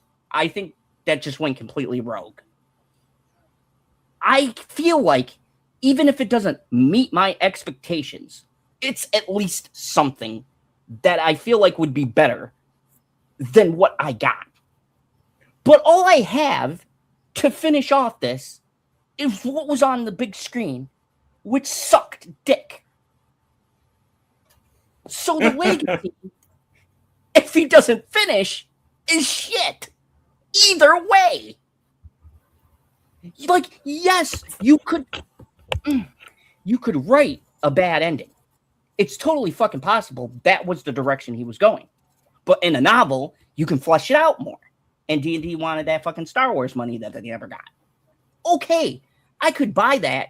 And even maybe in the book, he can correct the shit that was fucked in the show and make it make sense. Because you have whole 2 books. You could do a lot in 2 books. You could even go make me more mad at D&D and go, oh, I see, you guys are just assholes. But now I'm starting to think maybe D&D wasn't the issue. Maybe George had no fucking idea. That's the only conclusion, and I'm stuck with the fucking piece of shit ending we got. Just PB, you don't read, but can you just imagine my position right now? Could you? I know you feel my position right now. I don't have to imagine it. You're sitting on a pink chair. I can clearly see your position. Yeah, I'm in a fucking pink chair, a fucking broken man, sitting here going, George, I don't give a shit how scared you are. I can guarantee you. I can fucking guarantee you that anything that man comes up with, based upon the fact that the books did wildly converge at a certain point at about season 4 or 5, where there were very clear differences, right? I can guarantee you the setup in the book is not exactly the same as the setup in the show. So the endings by nature are not going to be exactly the same. There's a lot of other things, especially supernatural-wise, that are in play that just aren't in the show. So inherently, the ending can't be that fucking bad, George, so just finish it. Don't leave me with the fucking show as my lasting fucking memory. That's my ending. PB, you say about fucking source material all the time. I'm fucked by source material. I was fucking rammed in the ass by source material because I have to accept, because fucking George was on the project, that now the live action, that's the ending. That's the only conclusion I can make, because I don't got nothing else. Just like you say, you got to see it on screen, right? To make it official for you. You don't go by comic lore or whatever else, and I respect that. I'm the inverse. All I've got is the fucking show. So now I can't go by the source material because there's no fucking source material left. I don't think in my 41 years of living, I've never come across this situation where source material has just fucked me so hard with no fucking reach around or a happy ending. I just never in my life. There's not one time I can think of where literally the source material is unfinished and all I have is the adaptation. I mean, PB, how wild is that? Think about it. All the arguments we've ever had about source material, right? Why are we arguing? Because I have other material to base it on, right? It exists in the world.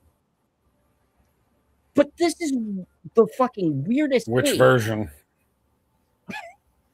That's the only problem that I have when anybody makes the fucking comic argument is which version. Okay. Because one person will say this is what the character's like, and then another person will say this is what the character's like, and then another person will say this is what the character's like. And guess what? The character has changed because a lot of these characters have been around for nearly 80 fucking years and have multiple origin stories in the comics. I will take it out of comics. Let's just use another author, Stephen King. We know how wildly that they adapt his shit. So, okay, let's use Stephen King as an example, right? Never mind, have I watched a Stephen King movie, show, whatever the fuck, where there is not a book, but they are making a movie on source material that doesn't exist. In your mind, has that ever happened? Or they start a project and the author doesn't finish the rest of it. Like, that happens in anime all the time, but guess fucking what? They finish it.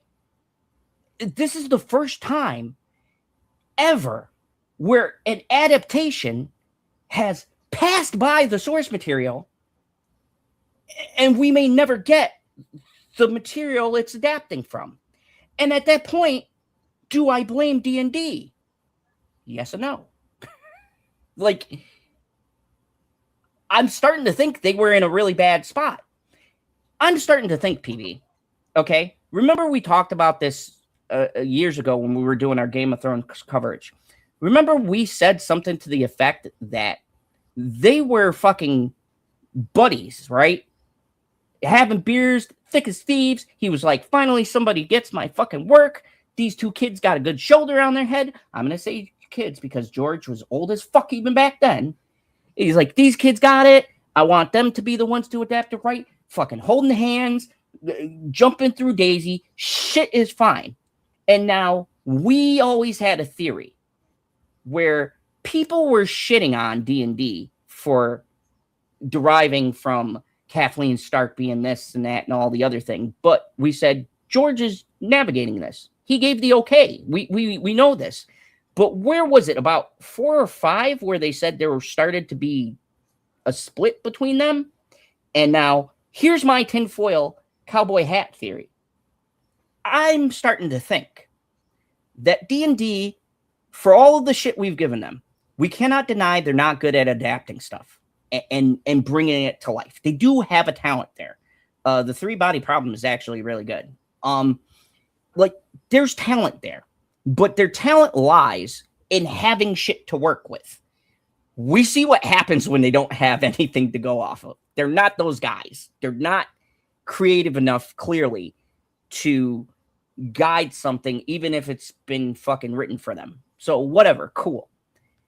I think now that the argument that happened was that they were probably fucking pressing George about where they were running out of material and going like, hey man, like, we're like getting ready to do season 5, like we're running out of your books, bro. Like, and the stupidest argument I've heard, okay, what's this argument, PB? Game of Thrones fans, with the way they've coped, they've said, oh, well, according to George, had they just taken their time, they could have got 19 seasons out of it. What? You do realize this is a drama fucking show for HBO where, like, other people are watching? What? They still are under the impression that, oh no, it's D&D's fault because they were adapting it too quickly. Well, George was fucking sitting right there. George could have been like, hey, why don't we focus on this more a season, right? Why don't we do this and maybe break this up into a 2-season arc, right? He could have said that. Apparently, he was a fucking mute on any of the fucking sets he's been on. But no, George did not say that. The fucking problems began when they got further along and there wasn't shit to adapt, and now this is fucking crystal clear. Because look where we're at. Like, on the internet where we were when the book was supposed to be finished initially. I feel like the book was supposed to be done, but at least maybe not the last one, but the second to last one, Winds of Winter. I feel like that was supposed to be done before we ever started doing YouTube. And the irony, it was supposed to be done even while they were shooting the season. Remember when they pushed back some of it was because they said that they were waiting for George because he was almost done with the book. Remember that fucking rumor that was coming around years ago? They were waiting for more source material to come out to adapt. And HBO, rightfully so, was like, hey guys, like, what the fuck? We got a hit series. We can't keep on fucking pushing back the dates. You got to fucking shoot the shit. So I'm really starting to believe there's a reason why they kicked this man off of the fucking sets. Because it's like, this is for television, man. You got to have shit done. Otherwise, you're forcing creatives to finish your fucking work. Like, what's going to happen? Like, I think we can both agree we like the Night of the Seven Kingdoms, right? Great show. We both loved it. Yeah, it's fucking spectacular. Okay. That's not finished, PB. So let's go a couple of years down the road. How much money do you want to lay down that these poor fucking bastards are going to have to make their ending to this show? 100%. Because he's even said he doesn't know if he's going to finish that fucking series. Like, no, I mean, I guess that's one thing I like about House of the Dragon. House of the Dragon is complete.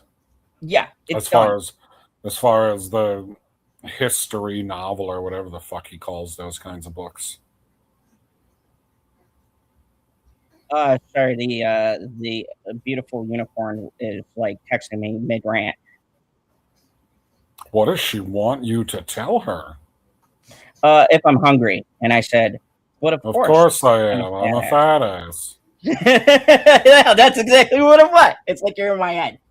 No, but it's just it's so astonishing to me that Dude, you look like less of a white supremacist with your hat on. this is what you're doing to me, George. You saw when I had hair, BB. This is the result of waiting for George. This is what he's done to me. It's not good. No, it's not good at all. It's not good at all. I want to end on a fucking happy note. Spider-Man was great. Go see the movie. You'll be happy. It's a brand new day. You will be, as long as you're willing to accept the fact that, I'm sorry, the people out there that say that Jean Grey is a villain are on the correct side. I mean, I say it's complicated. Is she a hero? Yes, yes, she is on the X-Men. They are heroes. In the fucking movie. I mean, is she really a villain considering what they did? She is most definitely a villain in the movie. No, PB, you are wrong, because I'll tell you what she is. You are completely fucking off base. She is a strong female being. Which makes her a good guy. That's fair. And for an MCU property, it's about time. Oh, I'm sorry. I mean, I said for a Sony property.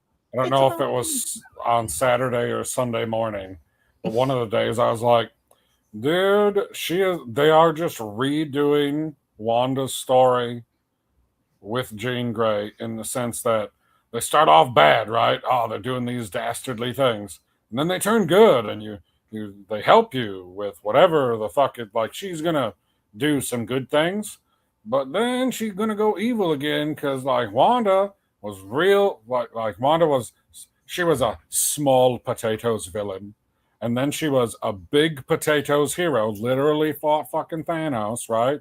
Big potatoes, and then the Darkhold showed up and corrupted the ever living shit out of her.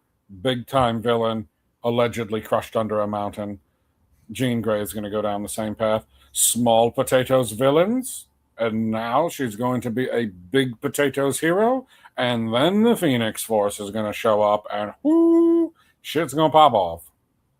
I pray it's going to be good. It's going to be good. But people who can't accept that she is a villain in this movie live in some weird delusional reality. Well, here's the thing. I think that she's more of an anti-hero. I think she's a villain in the same way Punisher is a villain. No, because absolutely not. Because I mean, if you want to take the gold standard of anti-hero, the gold standard is not the Punisher. The gold standard is Deadpool. Deadpool is the gold standard of anti-hero. And how frequently does Deadpool actively put innocent civilians into direct harm? All the fucking time. Are you kidding me? No. His reckless abandon. He literally fucked the timeline. Like, dude, his reckless abandon. No, like, look at the Deadpool movies. Like, you can say a whole bunch of people got killed when they're doing the fucking highway chase scene because he doesn't care about the collateral. No, he doesn't care about the collateral damage with who he's going after. And he's going after a villain, but he's not a hero because he doesn't care about the collateral damage. Jean Grey is actively creating the collateral damage. I mean, once again, though, so is Punisher. She takes the guy and she walks him out into traffic. To show me one instance where Wade shoots an innocent person in order to kill the guilty person? It doesn't happen. I want to say that's actually in a Deadpool movie. I'll get back to you on it. I do think there is a part where he shoots someone. He didn't kill them, but he shoots them in order to get the person behind them. He's done that before. I fucking seen him do it. You watch this entire fucking movie and you don't believe that she was a villain? Okay. Don't fucking hate me, because you know what I'm going to say. In the source material...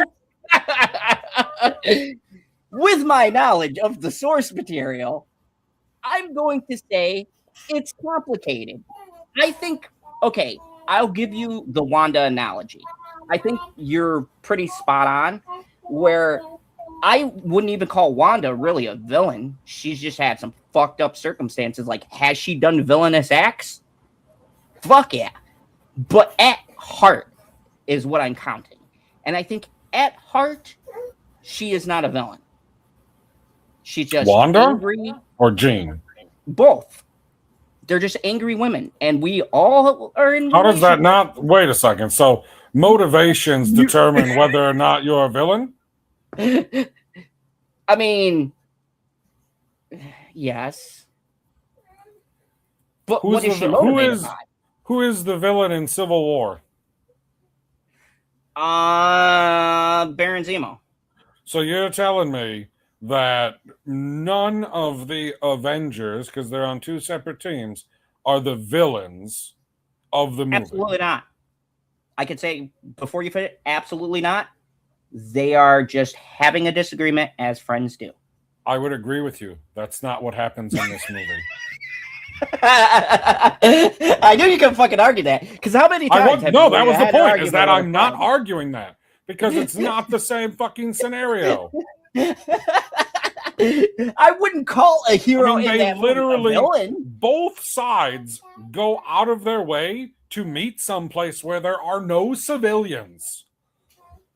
Not to mention the fact that my biggest problem with the movie, and the only thing that's holding me back, is if her whole point was to get to damage control, and she can control the agents that are working for damage control, why wouldn't you just control an agent, move up the ladder, control an agent, move up the ladder, control an agent, until you're at the point where you're fucking controlling the person who's having a meeting with fucking Metzger, and then boom, you're inside Metzger, and you just have the truth revealed to you, and then you fucking, like, I don't know, turn his brain off with your powers.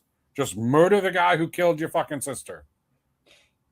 I would counter that with... I would have called her a fucking hero if she would have did that, but she's a villain because of how she treats all of the civilians in New York. And I would counter that with one simple point you're not seeing. Woman.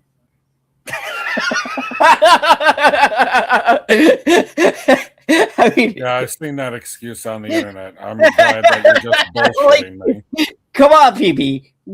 You have a kid and you're in a relationship. I am engaged. Can you tell me you can absolutely figure out the thoughts and fucking motives? No, but I don't care about the motives. I care about the actions. The motives are irrelevant for what your actions are. I mean, that's like saying, like, oh, Hitler was justified because he got punched by a Jewish kid when he was a kid. Whoa! Hold on a second, all right? First off, we're talking about a white male that's part of the patriarchy, okay? So slow the brakes, all right? God, every time you got something good, you got to bring up the patriarchy. I did not bring up the patriarchy. You brought up a white male. I mean, I do find it quite hilarious that people are trying to equate it to all of the males in the MCU. They're like, what about all these terrible people? And I was like, first of all, I never said that Red Guardian wasn't a terrible person. What I did say is he's entertaining as fuck. Yeah, he is very, like, if you watch the Black Widow movie, they are not particularly the greatest. But then people were telling me that Yondu, this was the newest one that I seen today, apparently Yondu is a terrible guy because he did child trafficking. And I was like, first of all, he did not do child trafficking. He did child kidnapping. And second of all, from what the movie said, that was the first time he had done that because he was pissed. Remember, that's in Guardians 2 when he brought it up. Like, I don't know about child. They do make it seem like he had potentially trafficked humanoid beings in the past. Potentially. Yeah. I mean, it doesn't take a whole lot of reading into it, but since it's not explicit, I would agree with you in the sense that he was like Hondo. He was just a smuggler. Yeah. You don't know what he's smuggling.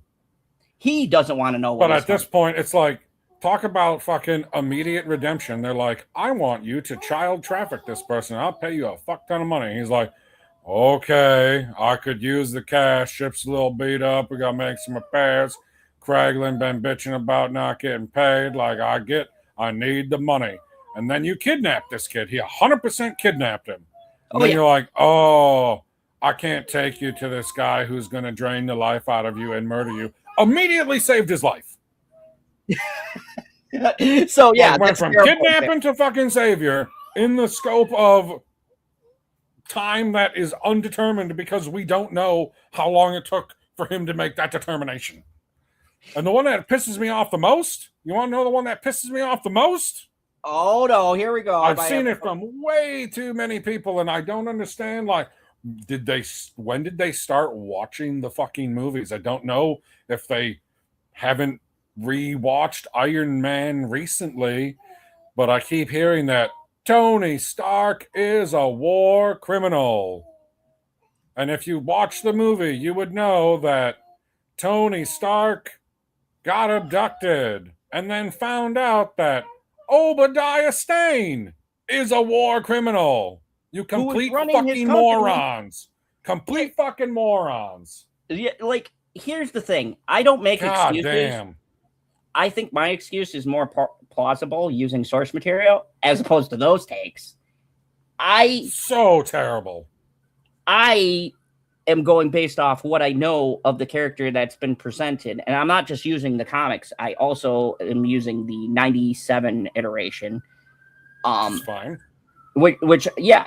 And I think I'm going off based off of that and what I think the gist of what they were trying to go for in this movie. Now, my biggest issue for me personally is that I feel like while they put a good focus on Peter and Tom was fucking crushing it, and we had the bromance of Tom and Punisher, I think, oh yeah, great, best parts of the movie.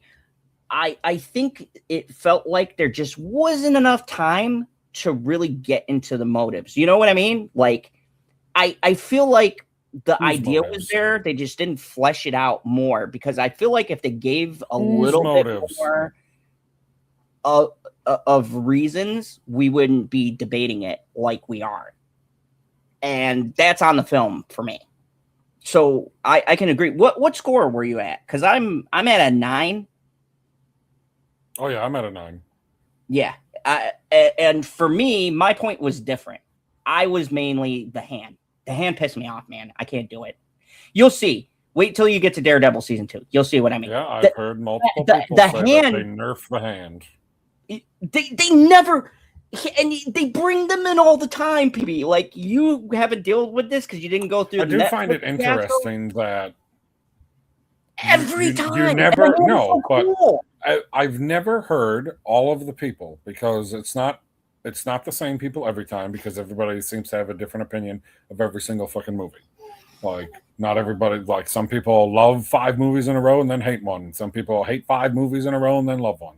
Okay, so nobody is consistent in that fashion. I've never found a single person that's like, every single thing that the MCU makes is fucking amazing.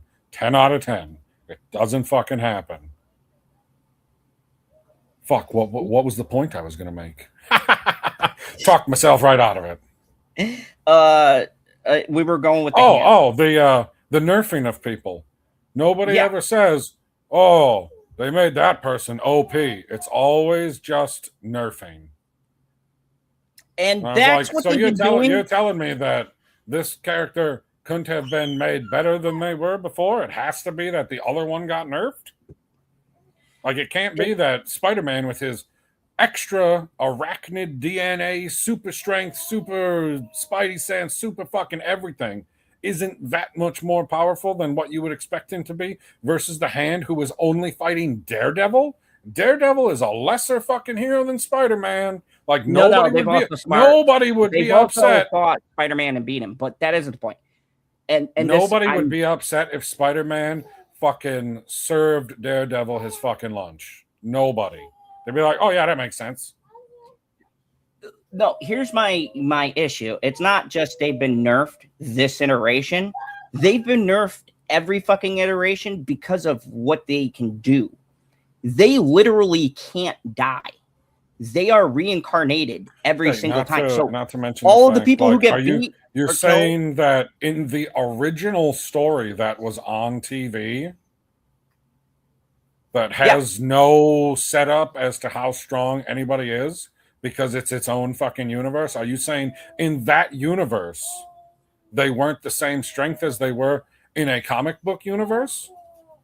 I mean, even in the show. Oh, okay. So then I don't care because you're just making stuff up because you don't know what the Hand is like in Daredevil until they're introduced in Daredevil.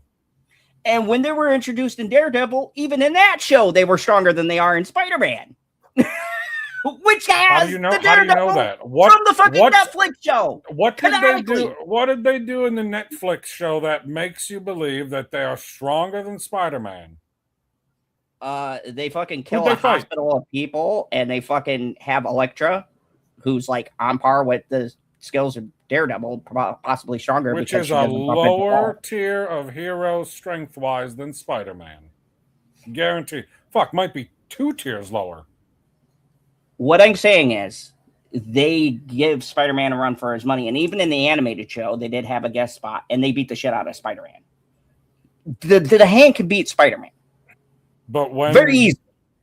That's why they're nerfed. In what universe? They did it in the fucking cartoon. Right, in the cartoon, which is also not the TV show.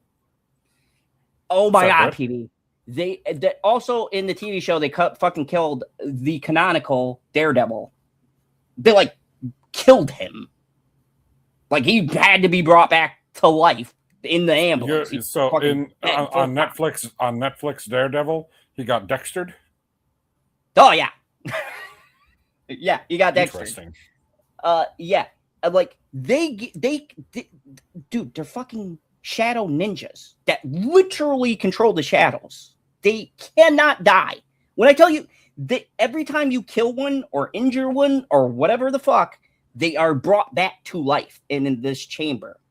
It's called and you'll hear it in the Netflix show. It's like the Blue Sky Project, right? Literally, they get reborn, and when they get reborn, they're stronger than the first time you fought them. They have to be put in the sarcophagus in order to be brought back to life?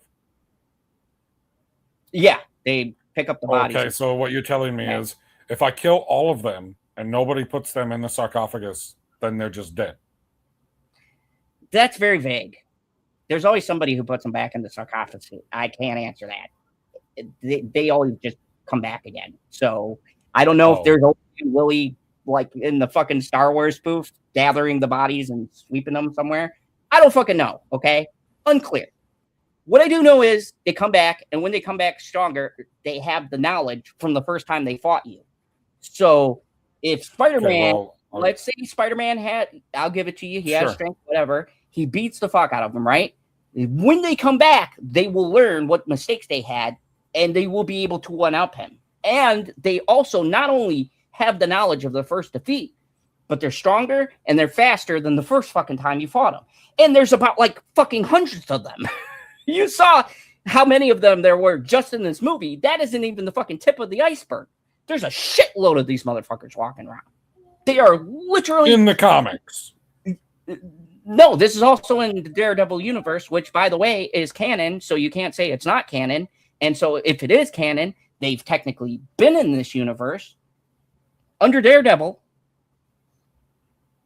So it's canon. And in the canonized show.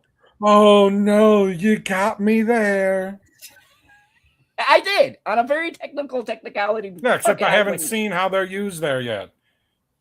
Don't worry, you'll get there, and then you'll understand exactly how what I mean. I just made it to the point of Agents of S.H.I.E.L.D. where we're up to not Civil War, Winter Soldier. God, that TV show is so good, dude. Yeah, not gonna lie, that was better than it had any right to be, considering the network that it was on. My God, that was a hurdle. Being a regular ABC show, wild. Yeah. Okay, so I have one final thing to say. Go ahead. Spider-Man Brand New Day is not a perfect movie, but it is a spectacular movie, and you should go and see it. Me too, as well. And stop comparing it to the Odyssey, because they're two different fucking movies that are vastly different from each other.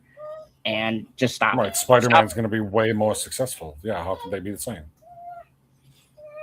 I see what you're doing, PB. You're fucking baiting me, and I'm not gonna go. I would never. I'm not gonna fucking bite, PB. Okay, you're not gonna fucking trap me, because I know what you want. You want me to go about on a rant how Nolan's a genius and everything else, and then people are gonna say he's a Nolan bro, and that's why he's fucking rating it the way he is, because you know, I was paid off by Nolan from his 20%. So there, you caught me. Me and Nolan are in cahoots. We're best buds, and I bet you didn't know, but 5% is coming from the box office to me. So that's why I've been so high. You caught me. I expect my appearance check to be bigger. The walk-on, well, PB, I'm sorry, our walk-on roles were cut from the film. But no, I'm talking about my check from you, dickbag. Oh yeah, it's in the mail. It better be fucking bigger after that Nolan money rolls in. The son of a bitch is going to make over $200 million. Dude, what did I tell you? We'll be on My Ties. I'll be like, yep, book's coming. Perfect. Anyways, thank you guys for coming along. We really had some fun. We laughed, we cried, we talked about really stupid fucking people. I'm looking at you, George. Stop procrastinating is the moral of this story. Spider-Man was amazing, and I'm glad for its success. And the Odyssey is going to make $1 billion, whether people like it or not. So I guess we've covered all of our bases for today. Definitely check us out. And I know I've been light on the reviews. I probably should have did our Spider-Man review, as my colleague has bitched me out for. But you know, life shit. I got things going on, man. Sometimes I just gotta get to a place, see a movie. I don't have time to fucking do what you kids do with the fucking iPads and the Instagrams and the YouTube shorts and your pants pulled down low. Pull up your pants. God damn it. Anyways, thank you for watching. And as always, there is only one rule. Here in the Phantom Zone, kneel before Jean Grey, because she got into your mind and is making you do whatever she wants because she's a villain.